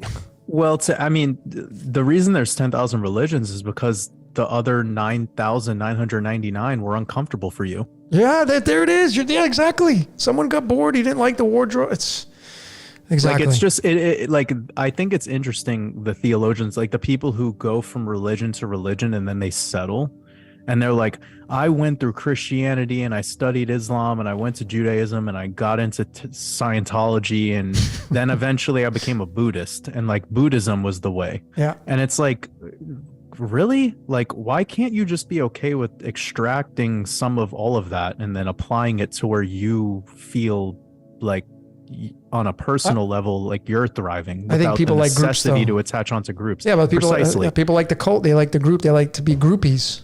And this is what's unfortunate because there's a beautiful thing about community. I've been talking about it more. Like now I have a community of, several thousand people and you have if you were to combine our followings and maybe it would equal up to like, I don't know, 60,000. And I know there's a lot of people that watch my work and your work and then other podcasts that we've done with other people. You start adding it up. It's like, this could be 100,000 plus people. So wow, if we were to just take our couple of YouTube channels and come together and build communities in real life, this would require very little investment. That's what we're gonna do. Funding That's what we're going to do. Right?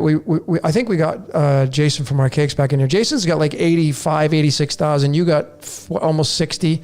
Right. I think if we, all three of us coming together, I mean, that's 150,000. We get Santos in there maybe if he wants. I don't know if he'll come on, but just us three right there, man, bam, we can come in there and start creating. And this is, the level of maturity that all of us are at is you say what you got to say. I mean, I've done podcasts with each of you, and you talk, I talk, you talk, I talk, and you say what you say, I say what I say, and we meet somewhere in the middle.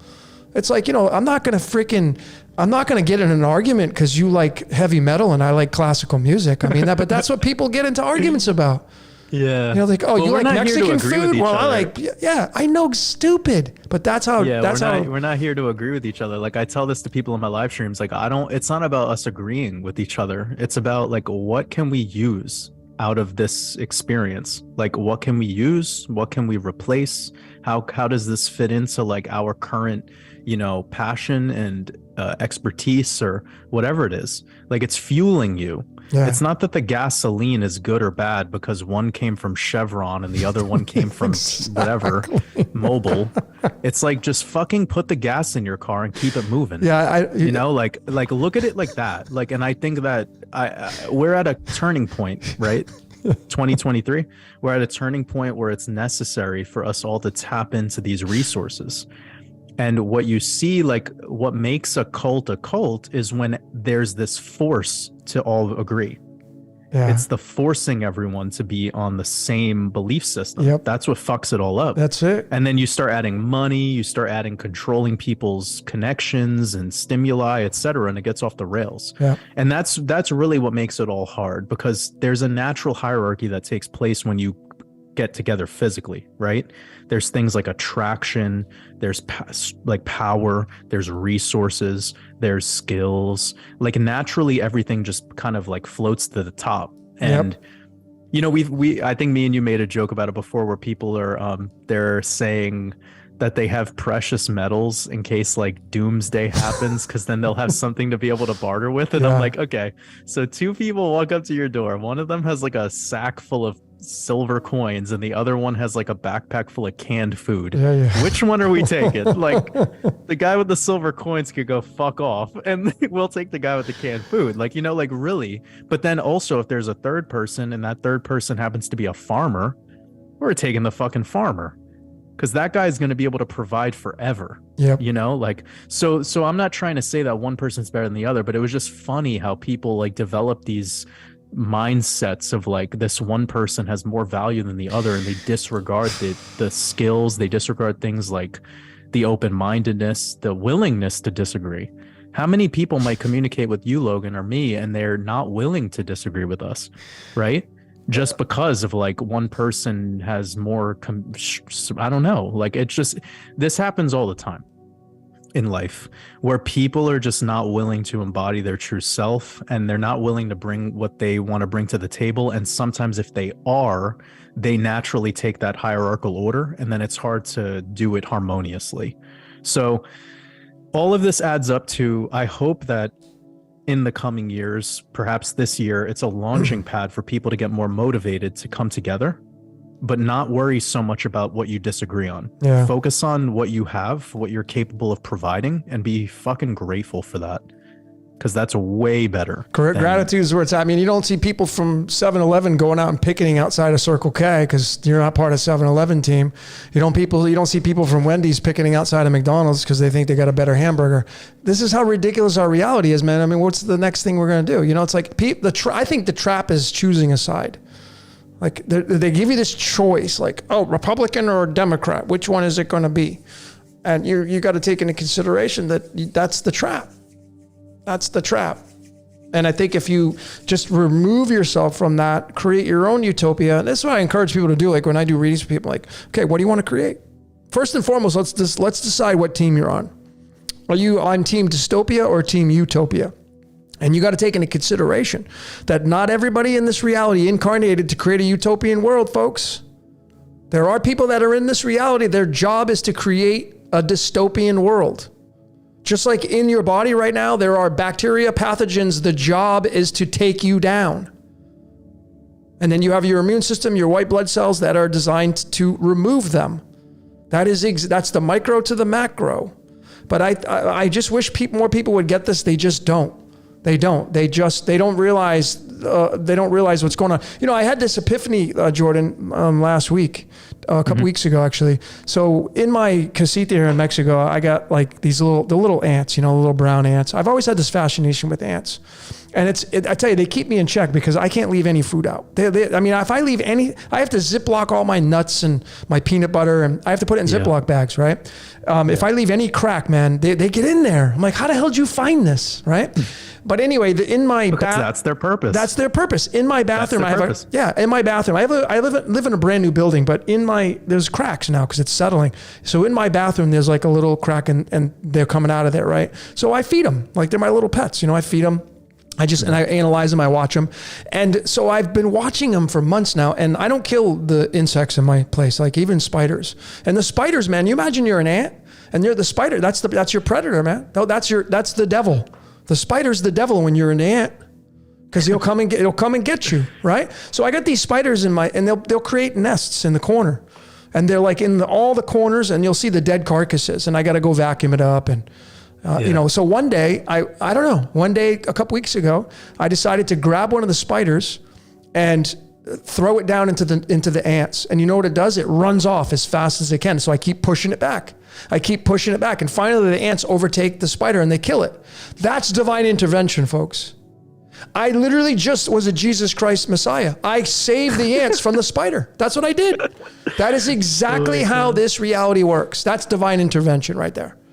Me taking the role of God and taking the predator out from the prey. And we're the ants. And you got predators, man. There's spiders, there's polar bears, there's grizzly bears, there's piranhas, there's sharks. So it's the one who intervenes. Yeah. Okay. Yeah, that's what I got from it. But I mean, like, did I feel bad? Kind of, because I didn't want to kill the spider. But I'm like looking at all these ants. These ants don't. I mean, there's a spider web above the ants. They're all coming out of the wall, and there's a spider just sitting there waiting, and it's got all these dead carcasses of all dead ants that it collects.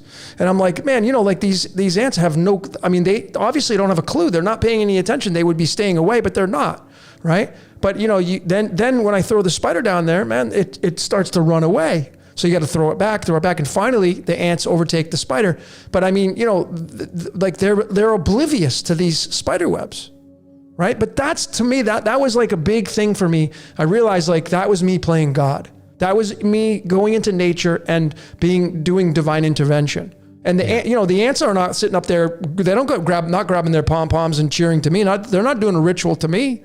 You think they're sitting there doing a ritual to me, going to church on Sunday and saying, yeah, praise Logan, it's Sunday. He just killed the spider. No, they're not doing that because they don't have that consciousness. But when we have fun with this, we can see that I think that at some time, just like your body, when your body is infiltrated by pathogens and bacteria, you have an immune system that attacks and it goes after, and it creates what's called homeostasis, which is balance.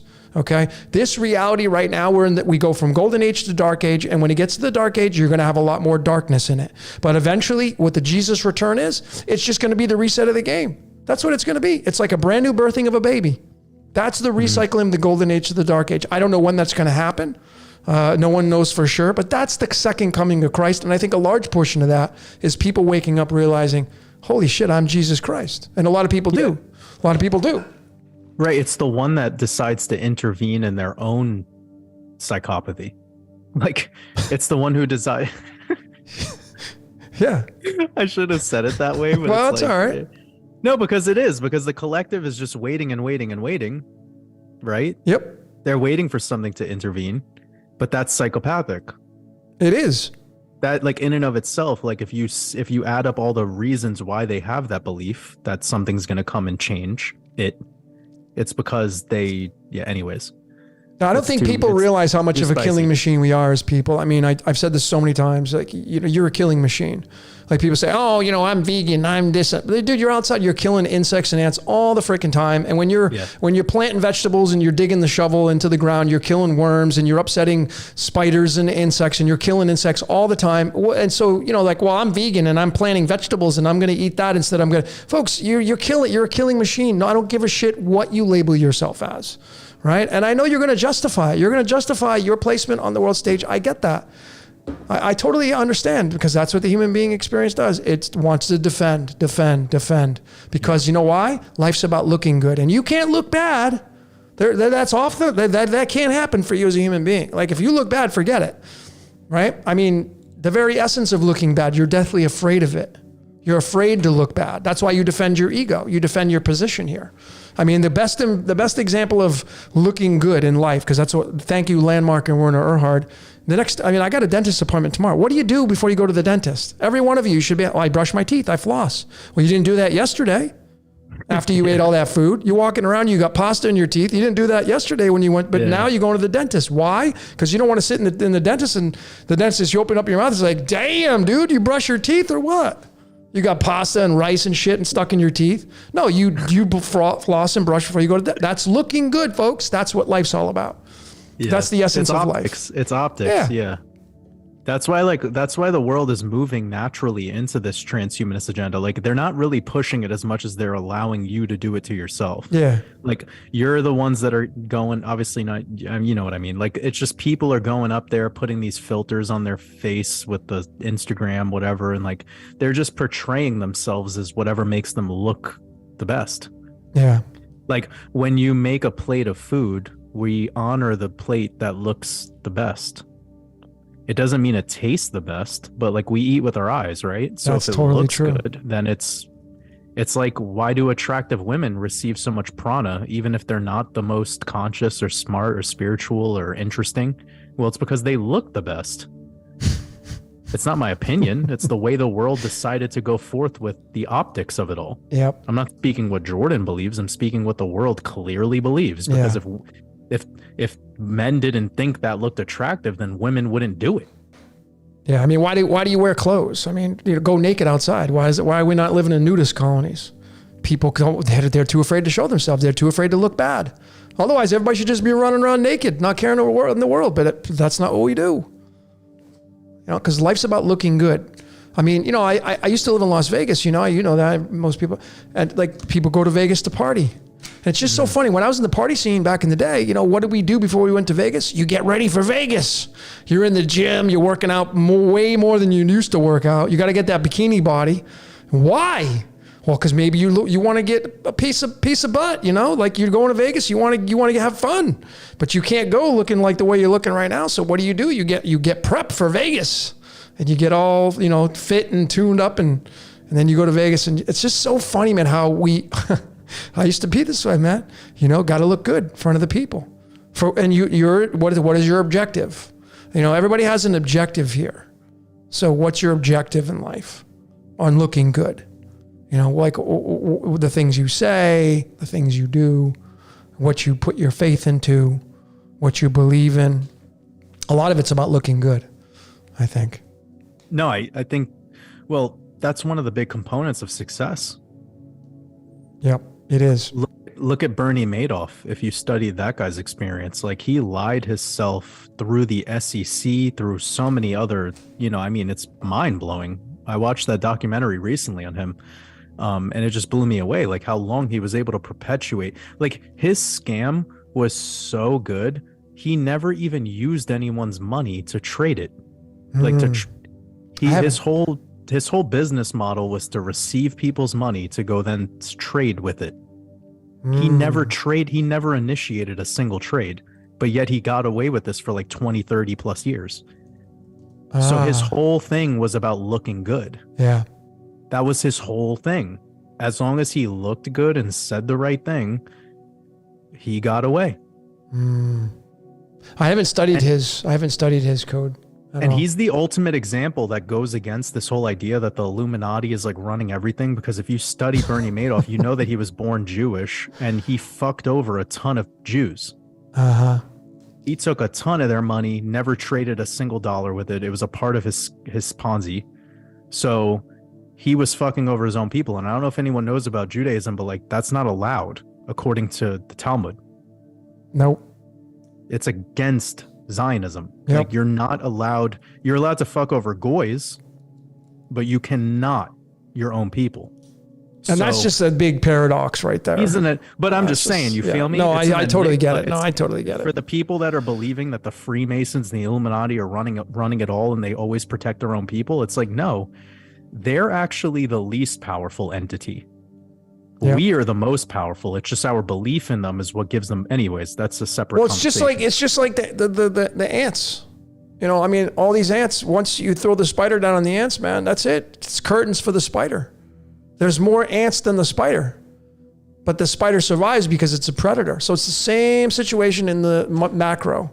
Well, I think the other point to add to this about the idea of looking good is Bernie got so deep in this shit that all he could do is keep himself from being looked at badly. Like that was another part of it all, right? Because if like you know you're able to get away by looking good, well then the other thing is you need to protect yourself from ever looking bad. Yep. So that was his whole game that he played for his whole life, and it was started in like his teenage years. So it's just fascinating how this all develops. Like if you study serial killers, that's how they're able to get away with a lot of it. They look good to their prey. Like people believe, like you look at Jeffrey Dahmer, he sucked a lot of people in, man. Yeah, and then you get the people that say that never happened. What? Saying what? Oh, dude, yeah. I decoded Jeffrey Dahmer, and then I get people saying, well, that was a fake story. That guy's not real. They're all fake actors. This is where you get people. I know there's fake stuff that goes on, but everybody, they lean towards the gross of the story. It's not real. It's, that guy was not real. That didn't happen.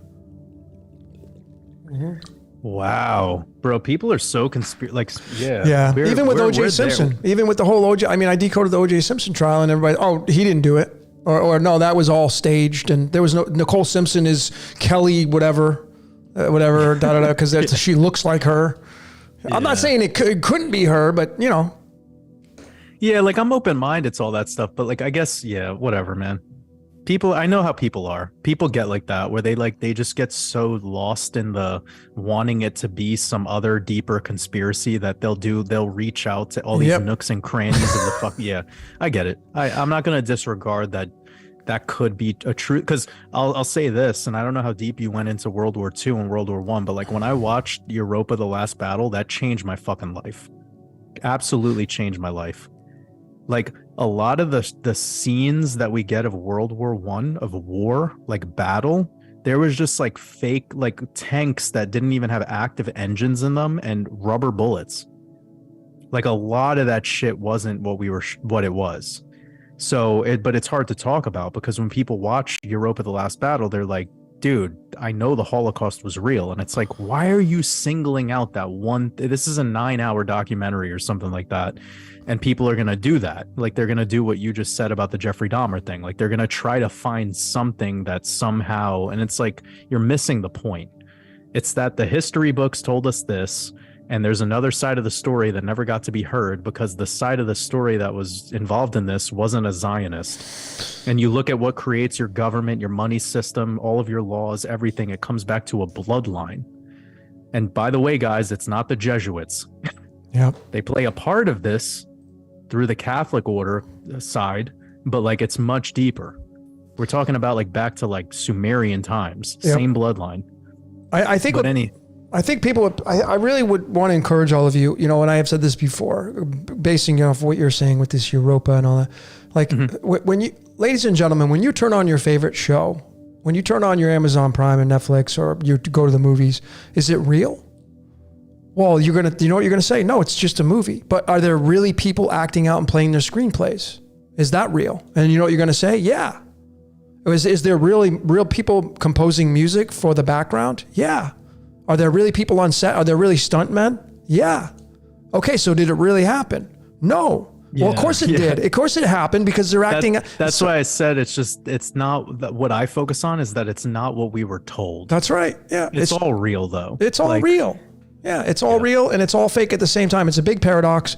And I mean, even I broke down World War and in World War I, World War II, and seemingly World War III. It all ties back to the Tetragrammaton. It all ties back to the Lightbringer and Jesus, and they're all in bed with this whole thing. But you know, is it a coincidence? Adolf Hitler in numerology is 43, which is the same outcome as Hollywood. I mean, I got a decode coming on that. What do you think Adolf Hitler was all about? He was creating his movie, right? You didn't have to like it.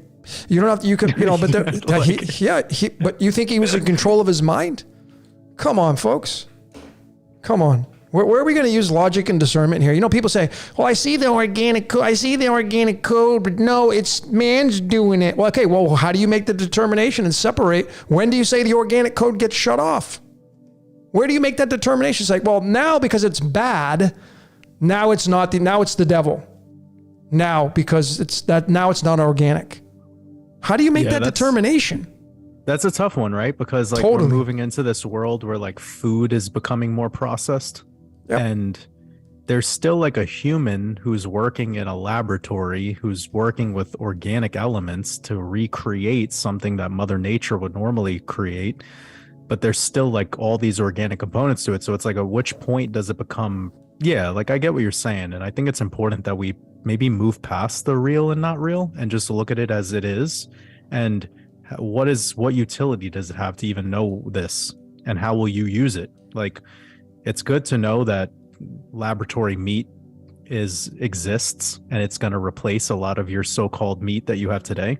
And maybe that might be more carcinogenic. Maybe it has more poison in it. Like I actually would disagree with that because they can't, like, recreating hormones is really difficult. And I look at meat as having adrenochrome in it. And I don't think they're going to be putting adrenochrome inside of your vegan fucking fake laboratory meat burger. Yeah, I mean, they got they got Memphis meats, and they're literally creating meat in a stem cell dish, a petri dish. Yeah, and that's fine and all, but like, you know, like you look into the eyes of a cow as it's moments away from having its skull, like, you know, bolted. It knows. They're in a line crying. For sure. You could see it. So, I mean, it's just funny, like, to think that people are so against the fake meat, and they're like, Bill Gates buys all the farmland and now he's telling you to not eat eggs or whatever the fuck. The vegan agenda is bad. It's like, it's not even about that, bro. Like, it's so much deeper. It's so much deeper. And I agree with what you said before about veganism, and that's why I don't call myself that. Yep. I just eat what I know will keep me hydrated and keep me optimal. And I know what I should not be consuming because of what it does to my soul, like what it does to my performance, what it does to my state of being. I've gotten past the whole macronutrients and protein, fiber, and like, that's all shit that's good to know at first. But there's something so much deeper to it. As you've become a decoder, you can tell that it's so much deeper once you start really getting down to it. Man, you know, there's hormonal reactions that plays a huge role in all of this. And sugar count is never going to be able to determine the hormonal reactions for your body. Yeah, there's so many layers to really, I mean, God, if you really studying nature, I mean, if all of you right now, if all of you had a piece of land and you brought this backhoe in there and you dug out a hole big enough to make a lake and you put water into it, and then you brought in all these fish and you dumped them into the lake, what do you think what do you think the fish are going to do? They're going to hump. They're going to make little baby fish. And the natural predator, what are the natural predators of fish? Like snapping turtles and birds, right? Something's got to take them out. What is the predator of the ants? The spider, right? But I mean, if you make a pond and you stock it with fish and then you start pulling the fish out of there and you eating it, what does that make you? Does that make you an evil person? See, these are the things you got to take into consideration. You got to make the truth your own. And this is not me taking any sides with anything.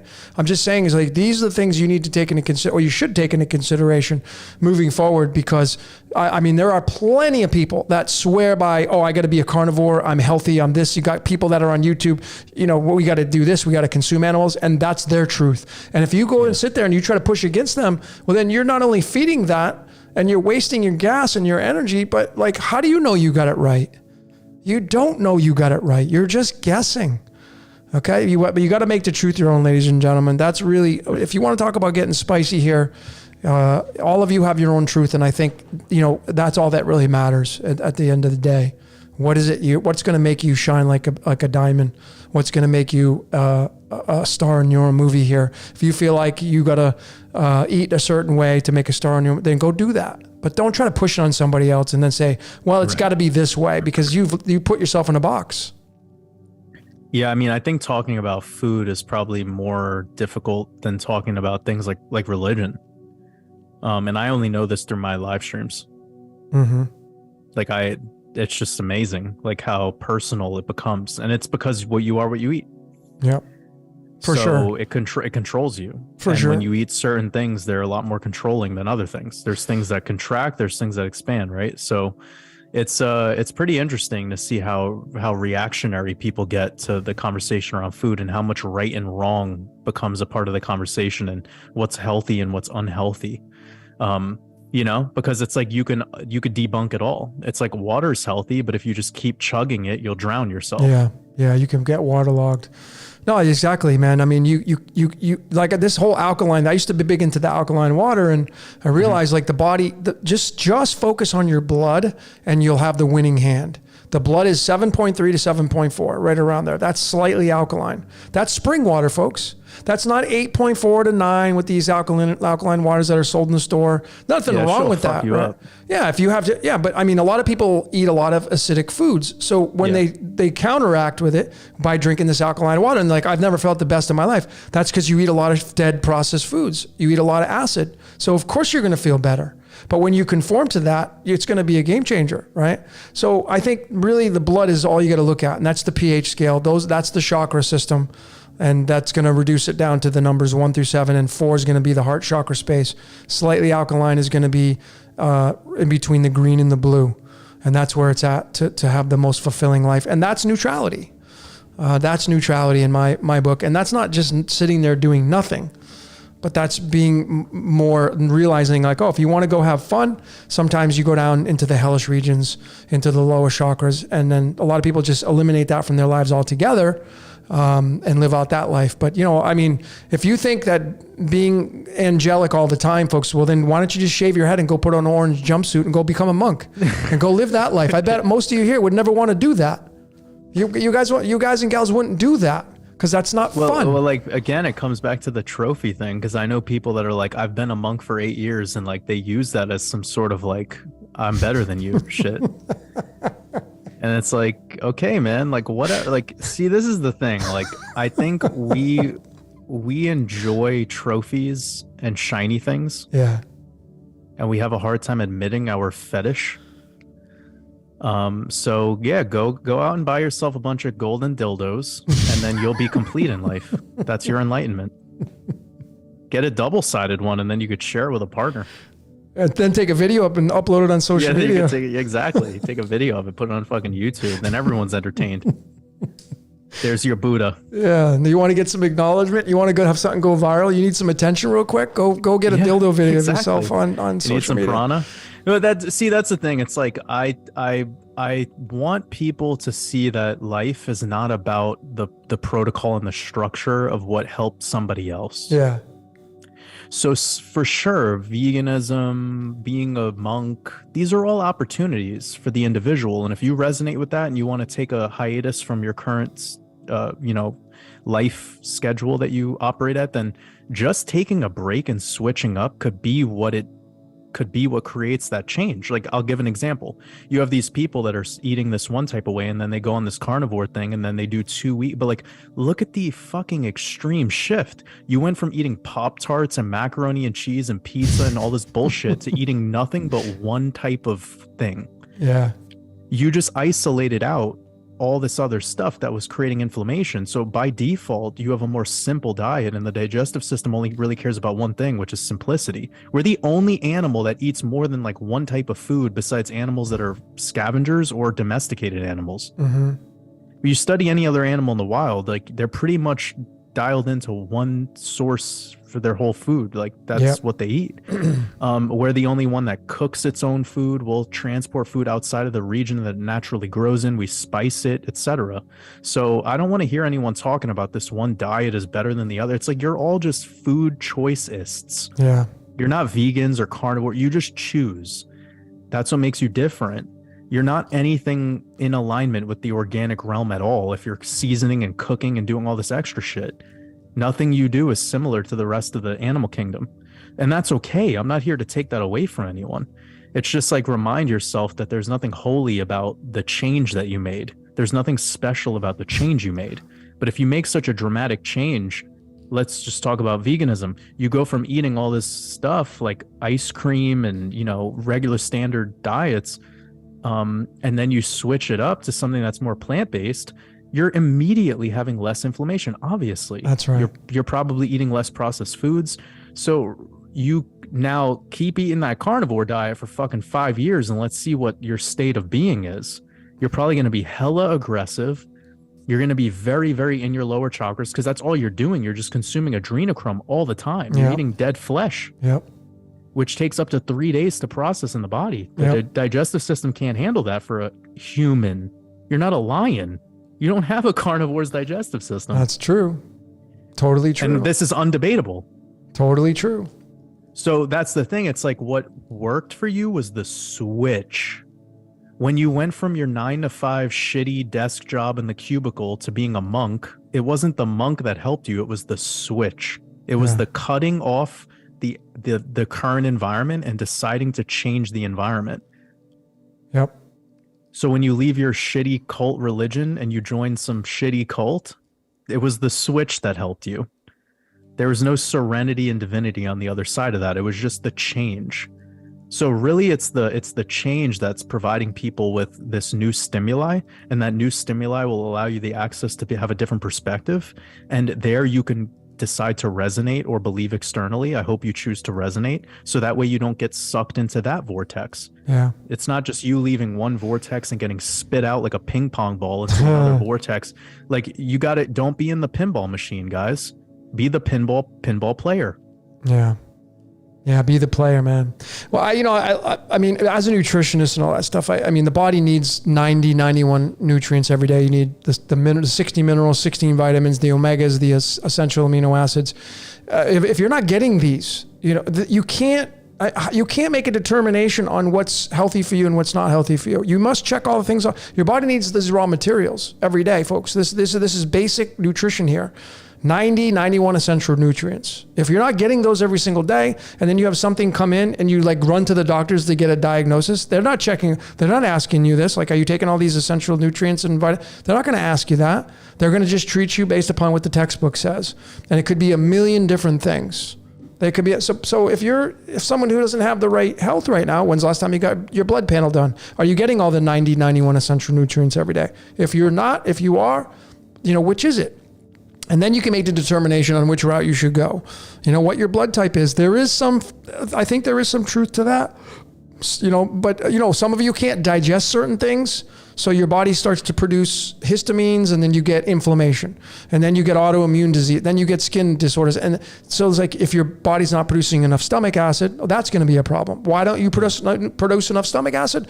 You may have not taken enough salt. Sodium chloride is a raw ingredient to produce stomach acid. Over years, if you don't do the no salt, back when I was growing up in it was like no salt, no salt, no salt.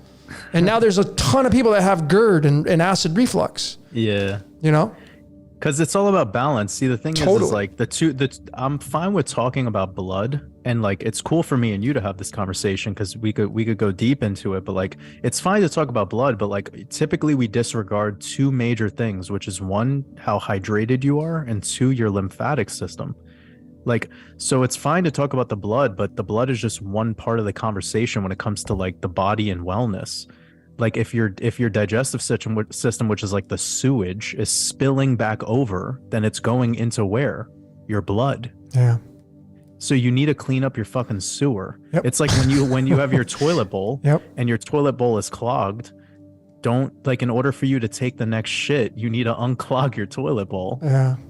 Okay? Otherwise you flush that, and then whatever's in that bowl is going to start spilling onto your floor.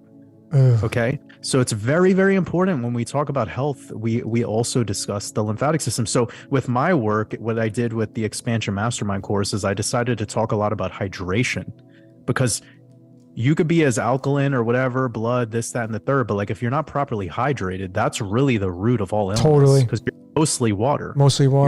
You're mostly water. Yep. And alkaline water is not going to help you. Yep. Like, you need to fix just having more raw fruit in your life, and fruit is the honestly the best and the quickest way of explaining how to get more hydrated, because you have the liquid within the liquid you have minerals, and the type of minerals you have are organic minerals, not inorganic minerals. Yep. The human body can't deal with inorganic minerals. So I'm fine with the idea behind including salts, but you just got to be aware that it will only be balanced if you're keeping yourself hydrated. Totally.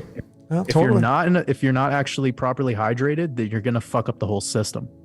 Yeah, you need water. Your body's made up primarily of water, and every time it rains, I always think that's the Christ, because that water is the essential nutrient for all life. It's all life. The oceans. It makes up 70%. Allow all those vitamins, minerals, phytonutrients, things that you consume that are whole. It will allow them to be shuttled throughout the body and utilized more effectively. Yep. So you could be eating all the health foods in the world, taking all these supplements, doing all this, getting biodynamic farmed food, but like, dude, if you're dehydrated, I do not give a shit. You're still in an environment that will create dis-ease. Yeah, you can't be a desert. Body doesn't survive off being a desert. I know a lot of people, like, they barely. And you can reverse all illnesses just by getting water. properly hydrated. Yep. Exactly. Yep. If you're not drinking 2 liters of folks, the standard for all of you, 2 liters every day, minimum. 2 liters. Some of you don't even drink 1 liter a day. You know who you are. You're a desert. You're drying up. Your organs can't survive. Like, go ahead and go lay out in the desert for a while. You can't do it, man. And the body's resilient, right? But it starts to dry out, and then you get a lot of... Yeah. When you are eating in a way that keeps you dehydrated, your body will have to pull fluids from your vital organs. Yeah. So it will compensate. And this is an issue. This is what most people are going through. Yeah. Most people are living in a way where they are creating a dehydrated internal environment where now their body has to compensate. It has to pull fluid from the vital organs and then eventually the bone, and you're fucked. Yep. That's why, like, one of the easiest ways to actually grow muscle, to like experience hypertrophy, is just by being more hydrated. Yeah. Yeah. Hydrated. Which is wild too, because like all people want to talk about with hypertrophy is the idea of either stimulating muscle growth by creating micro tears through lifting, or by consuming more protein. But it's like, wait up, you could tear that muscle down all day. You could do as many reps and sets and whatever fucking rest pause technique you learned. You could do all the protein powders, but like if you're dehydrated, you're creating an issue. And then you have the other components, all of this, which is sleep, rest. Yeah. Yeah, well, that should be a standard. If you don't get adequate rest, then even if you're hydrated, you're creating. So, I love talking about this stuff because it's something I spent a lot of years diving deep into and self-experimenting on. And it allowed me to debunk a lot of the common, like the mythology of health and wellness. Right. Right. Yeah. Hydration is, I was really good friends with one of the weight loss doctors to the stars in Hollywood. And when he retired, if I was at a gathering with him and I was talking to him, he would never tell me. And his secret was water. He was like, I have, some big names coming to him. And he's like, these people had one thing in common. They were mostly dehydrated.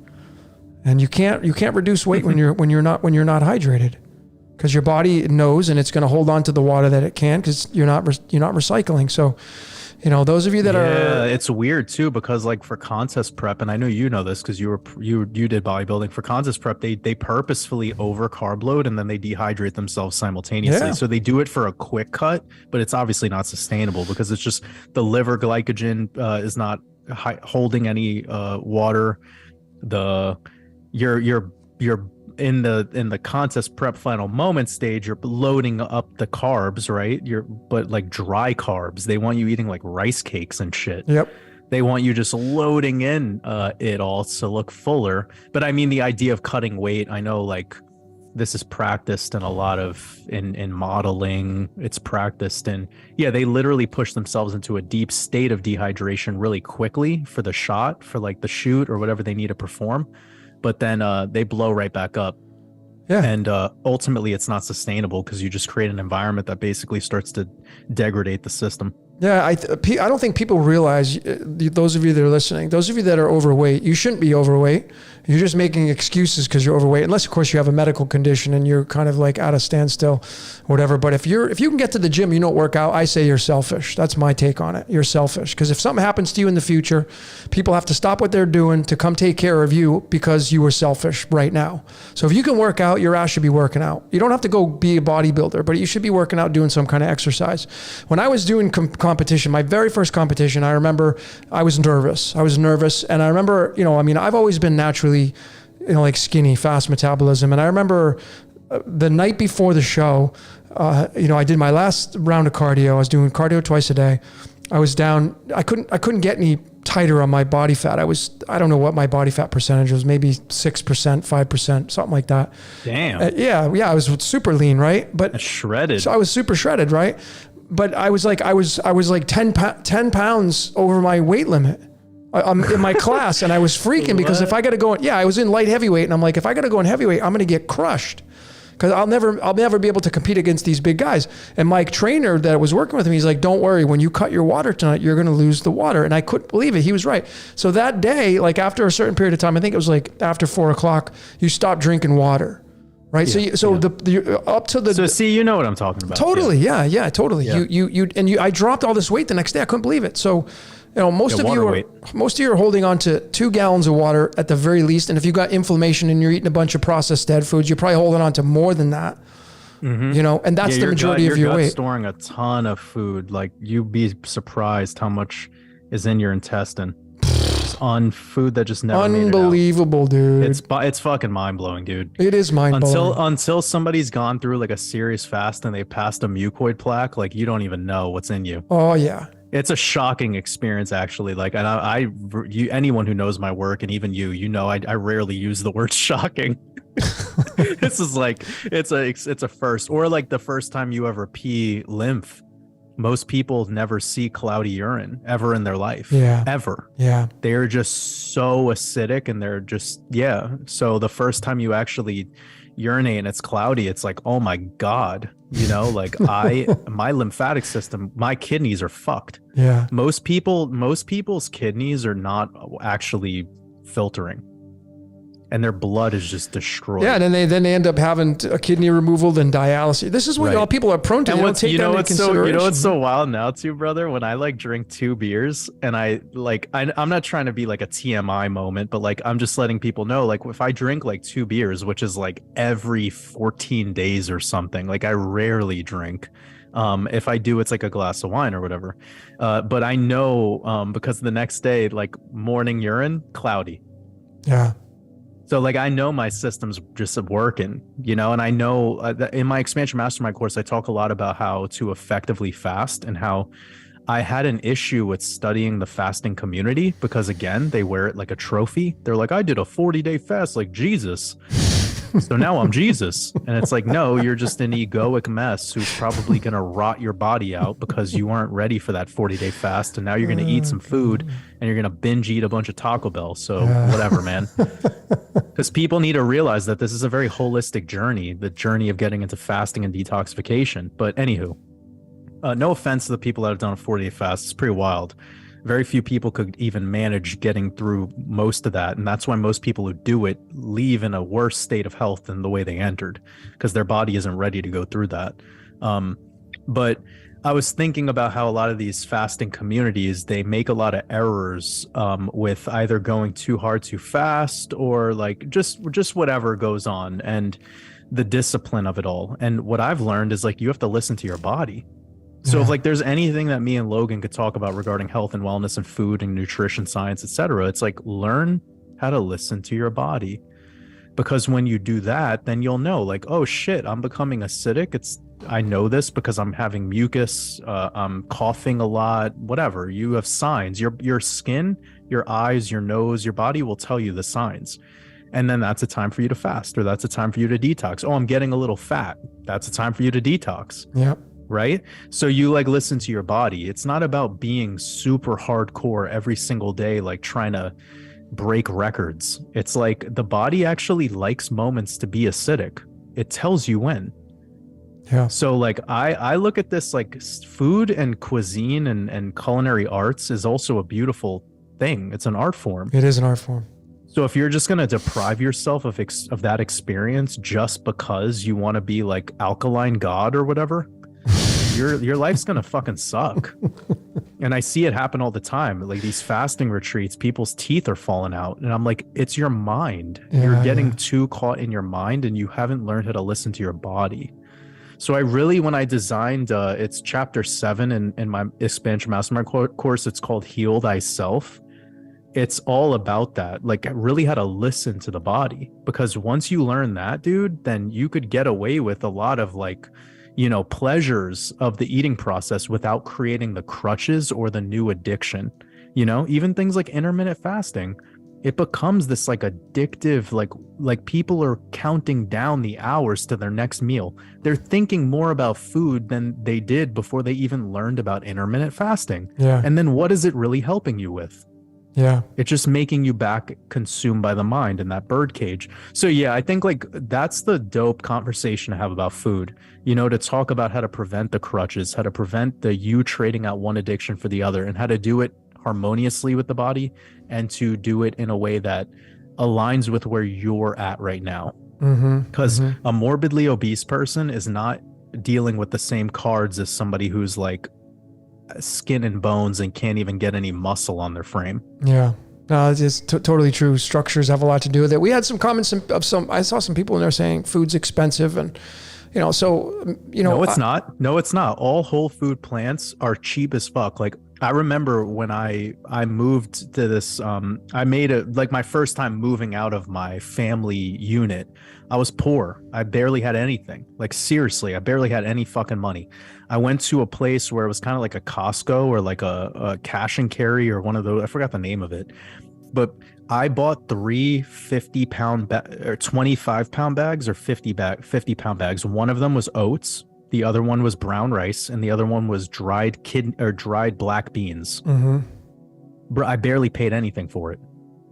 Well, I think I would assume, and I had like a year's supply of calories. Yeah, well, right people are probably what's expensive for these people that are making these comments are obviously are probably having more detailed foods at the grocery store, et cetera, and you know my take is eating out costs a lot of money. Oh yeah, it processed does. Food costs a lot of money. Alcohol costs a lot of money. Meat is super expensive. If you're somebody who still consumes meat, I mean, this may be this may be the universe telling you should stop eating meat. The price goes up and you're like, oh my God, I can't afford this anymore. Maybe it's the sign telling you to subtly tell you. They're gonna come back at you and say, well, that's the vegan agenda. No, That's the New World Order. Yeah, exactly. But I'm saying is, what if that's the sign for you? Maybe that's the sign for you to go plant your garden, to finally plant your garden. Well, I don't own a house. Go find somebody that has a backyard and rent their backyard out. Maybe you could do a deal with them. Get creative. These are the times to get creative, right now, because food, I mean, health is wealth, and food is really where it's at. I mean, I'm so fortunate to be here in Mexico, and Jordan, you're going to get to experience it. I mean, like fruits and vegetables are like the primary source of everything here. It's not processed foods. There's a lot of Coca-Cola though. These people here in Mexico, they love their Coke, but those are more. Yeah, Mexican Coca-Cola is Jesus, fire. They love their freaking Coke. Good. Yeah, but it's so good. It is good. Coca-Cola is so good. It's totally different because they use real sugar. But you know, I mean, if it's expensive for you in your food, maybe that's the universe trying to tell you to eat less.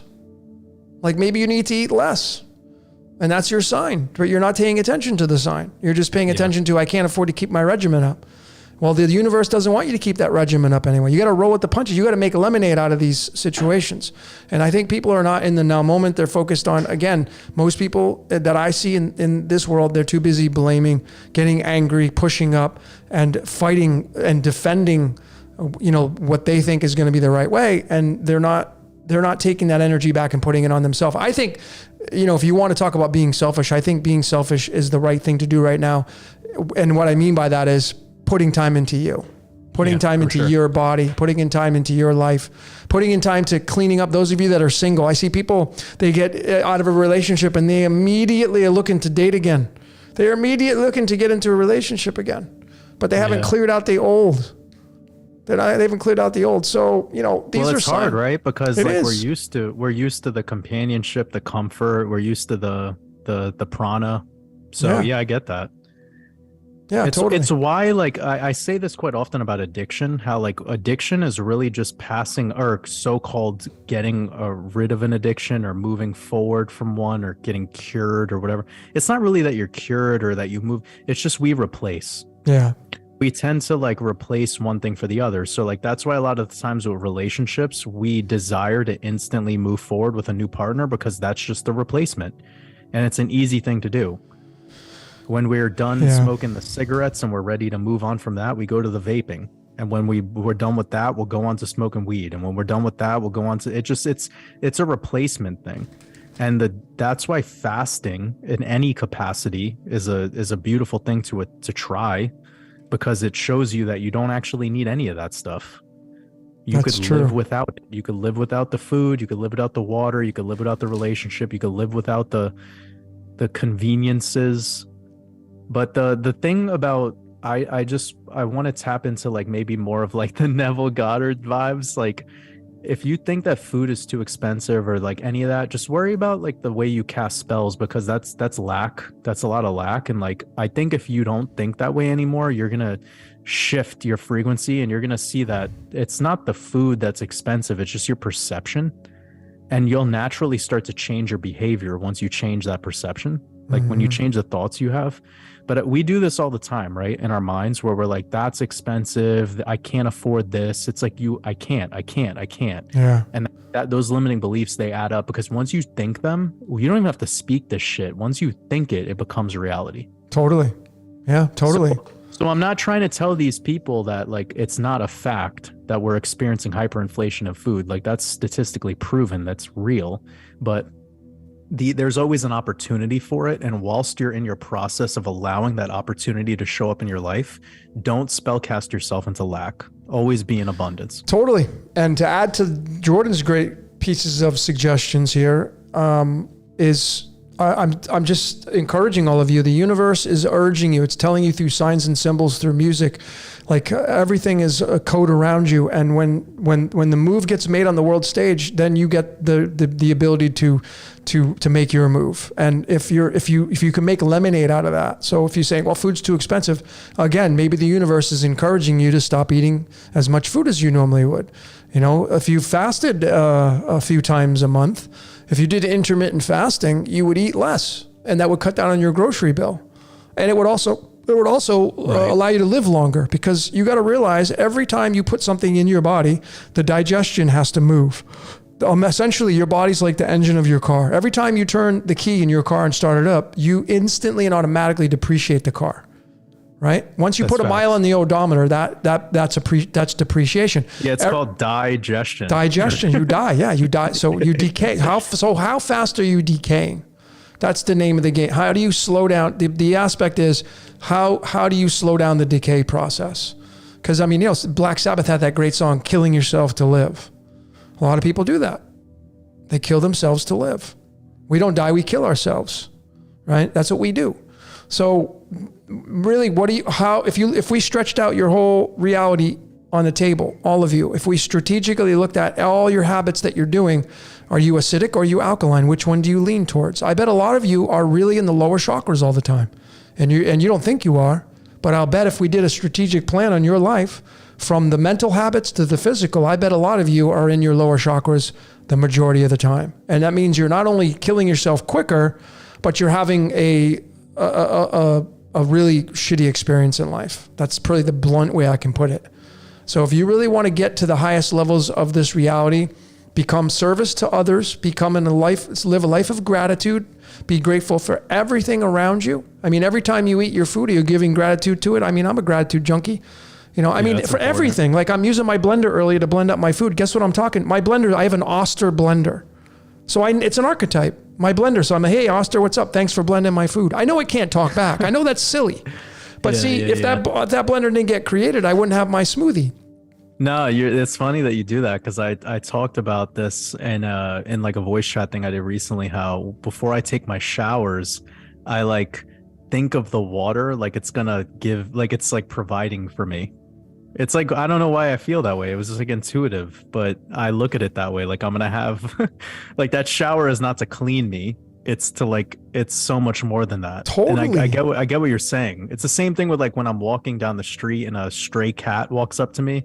I no longer look at that interaction the way that I used to, which was just like, oh, look at the cute cat. I'm like, oh, this is a moment for me to tap into the oneness of all, like it's to be present.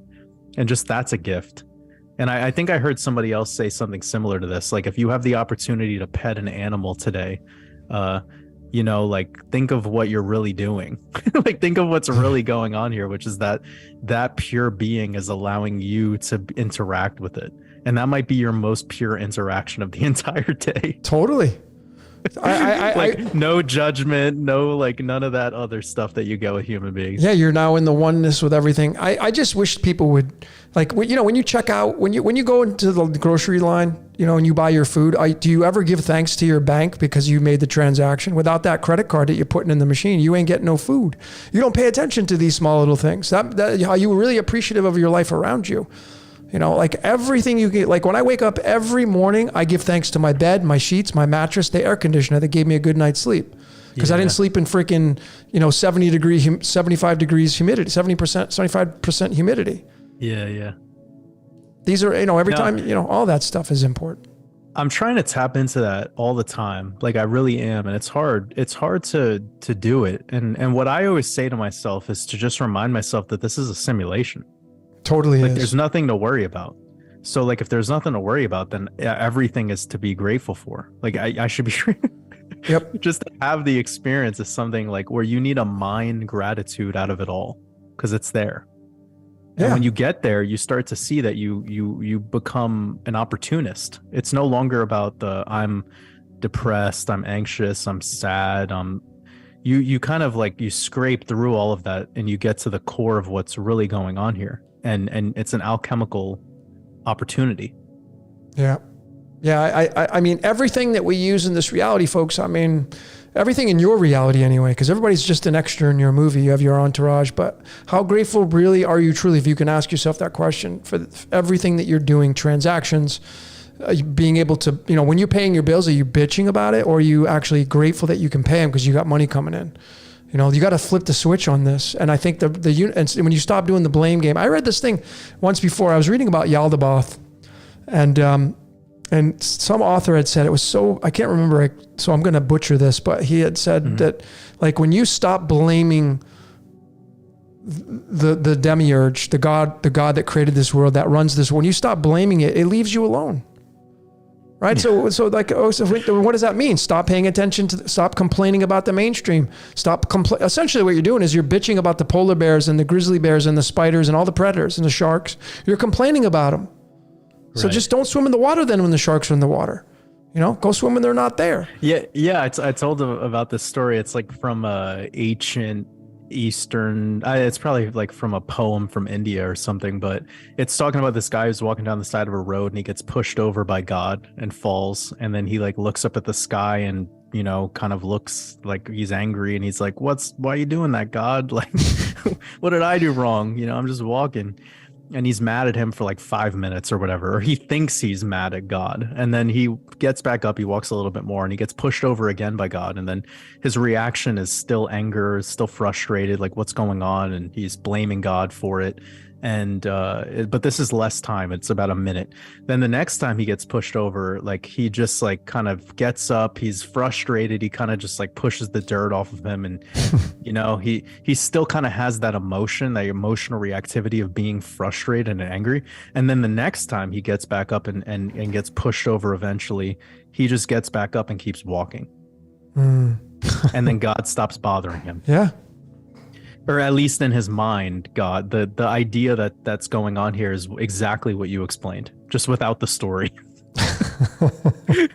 But I thought that was like a cool way of describing it all. It's like once you remove the blaming, the so-called devil or Satan or the demon or whatever is Yaldabaoth, it doesn't have any prana from you now. Yeah.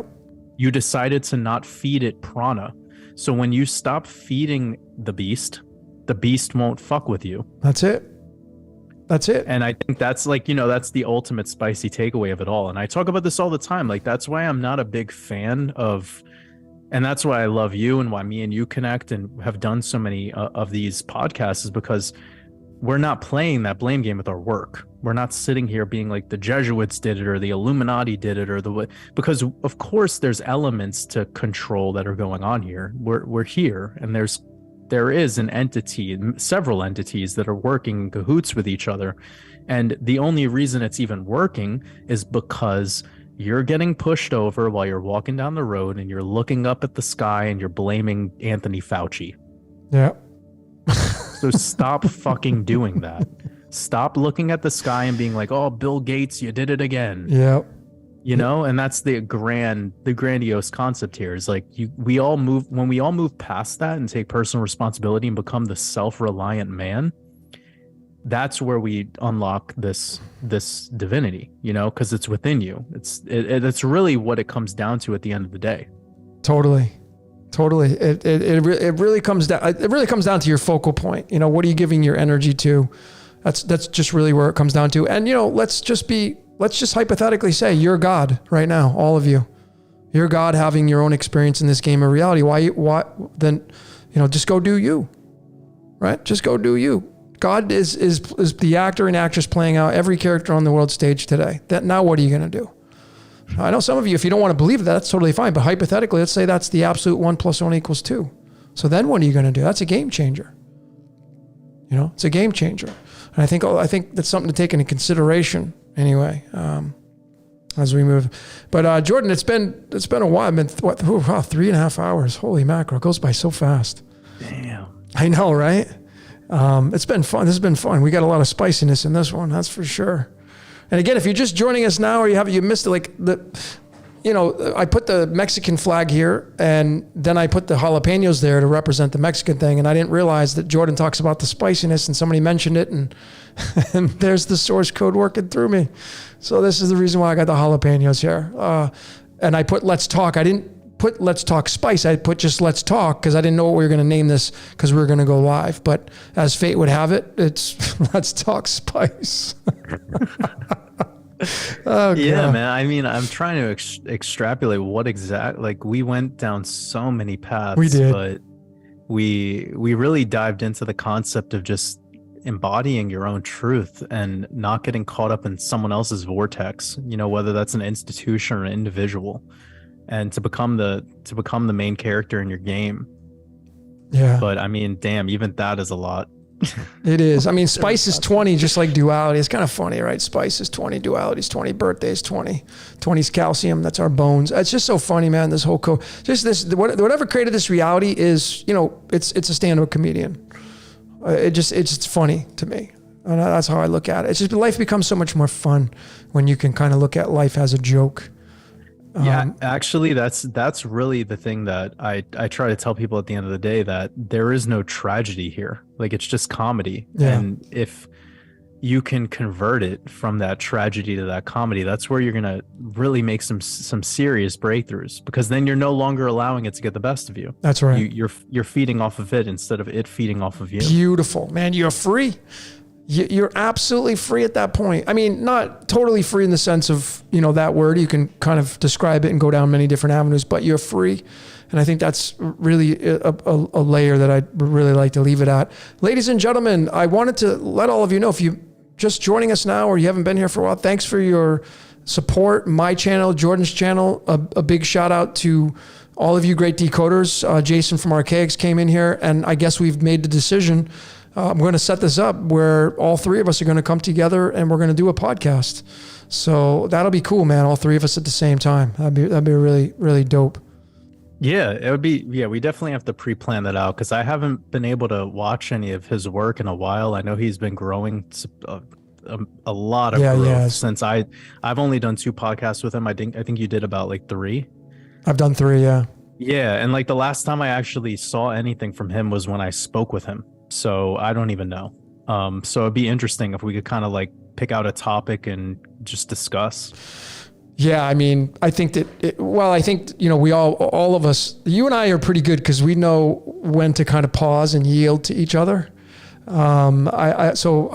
Jason seems to have that as well. So I think will be fun. It'll be fun to do.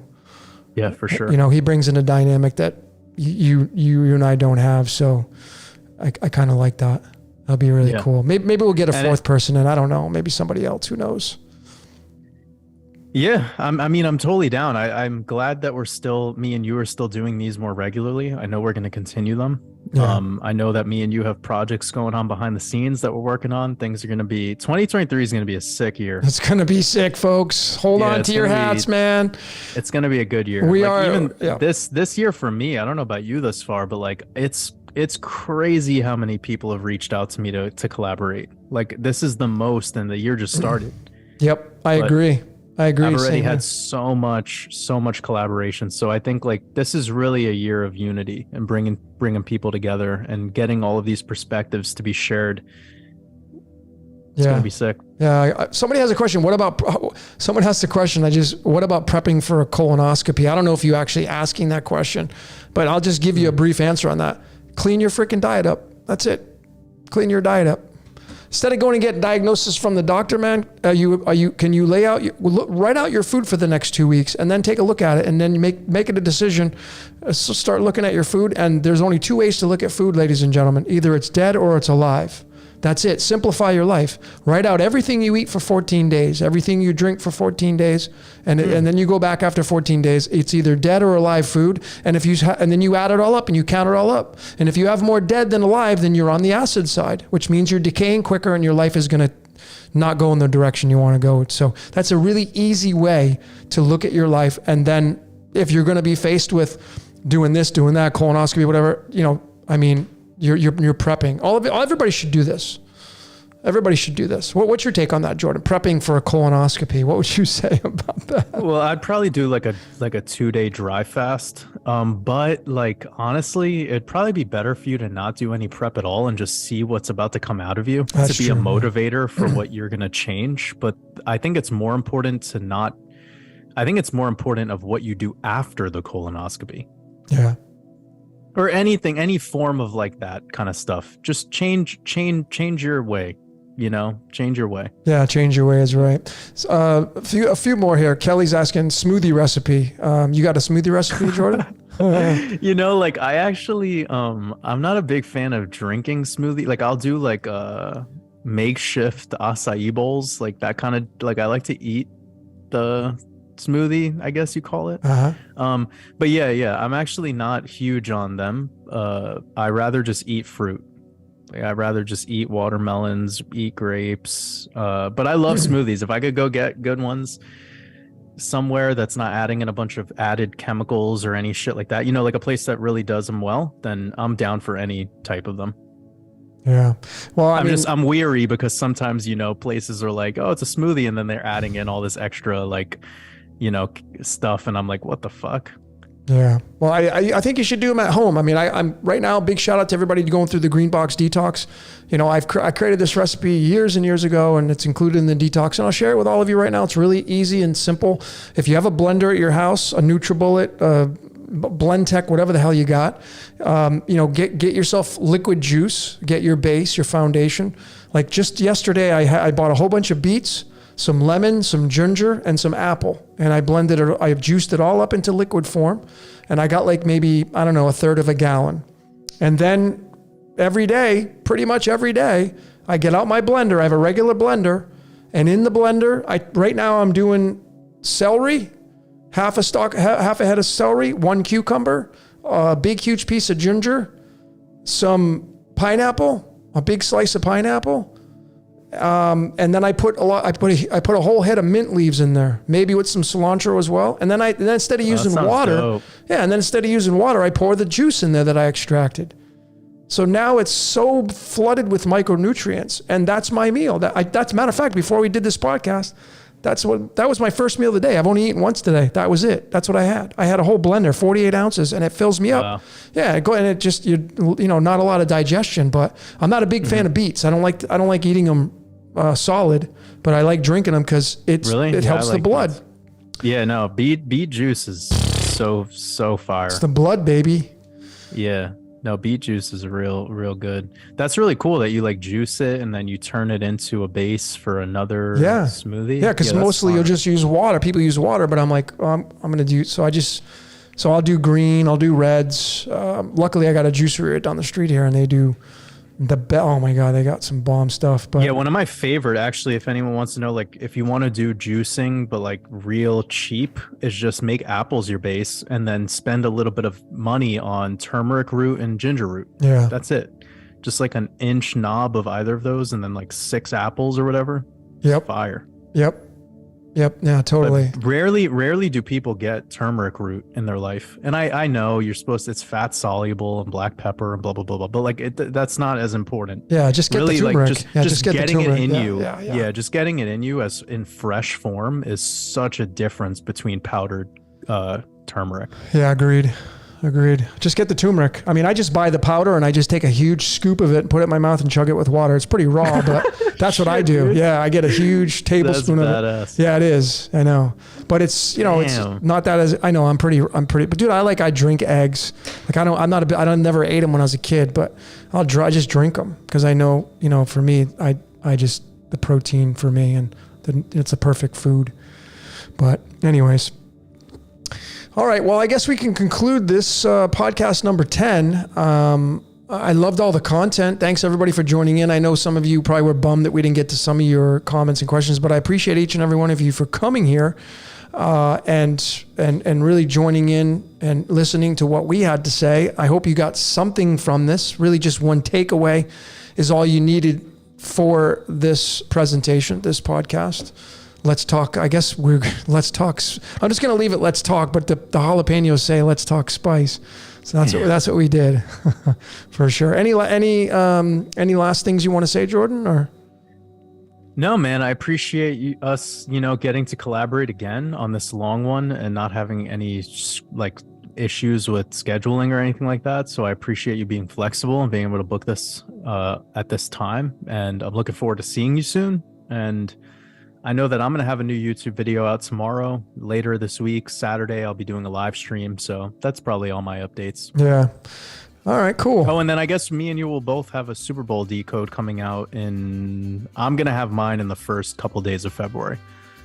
Yeah, we're going to definitely collaborate on that. I'm waiting for those two teams to come out, and then I'm going to do my methodology and just for fun and all that kind of stuff. So, all right, ladies and gentlemen, I'm going to end this off where we started it with this happy Mexican music. Right, we're going to do the mariachi because this is all about being spicy. But thanks each and every one of you for joining in. Myself, Logan, Decode Your Reality, Jordan, Waters Above Crypto. Ladies and gentlemen, it's been an honor and a pleasure. I'm going to leave this open for a few minutes so you guys can chat away, but appreciate each and every one of you for being here.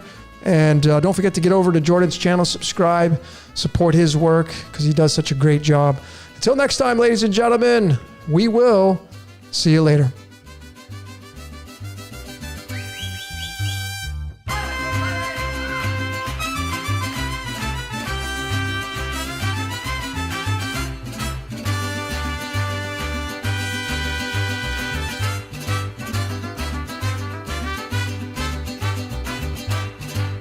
Record.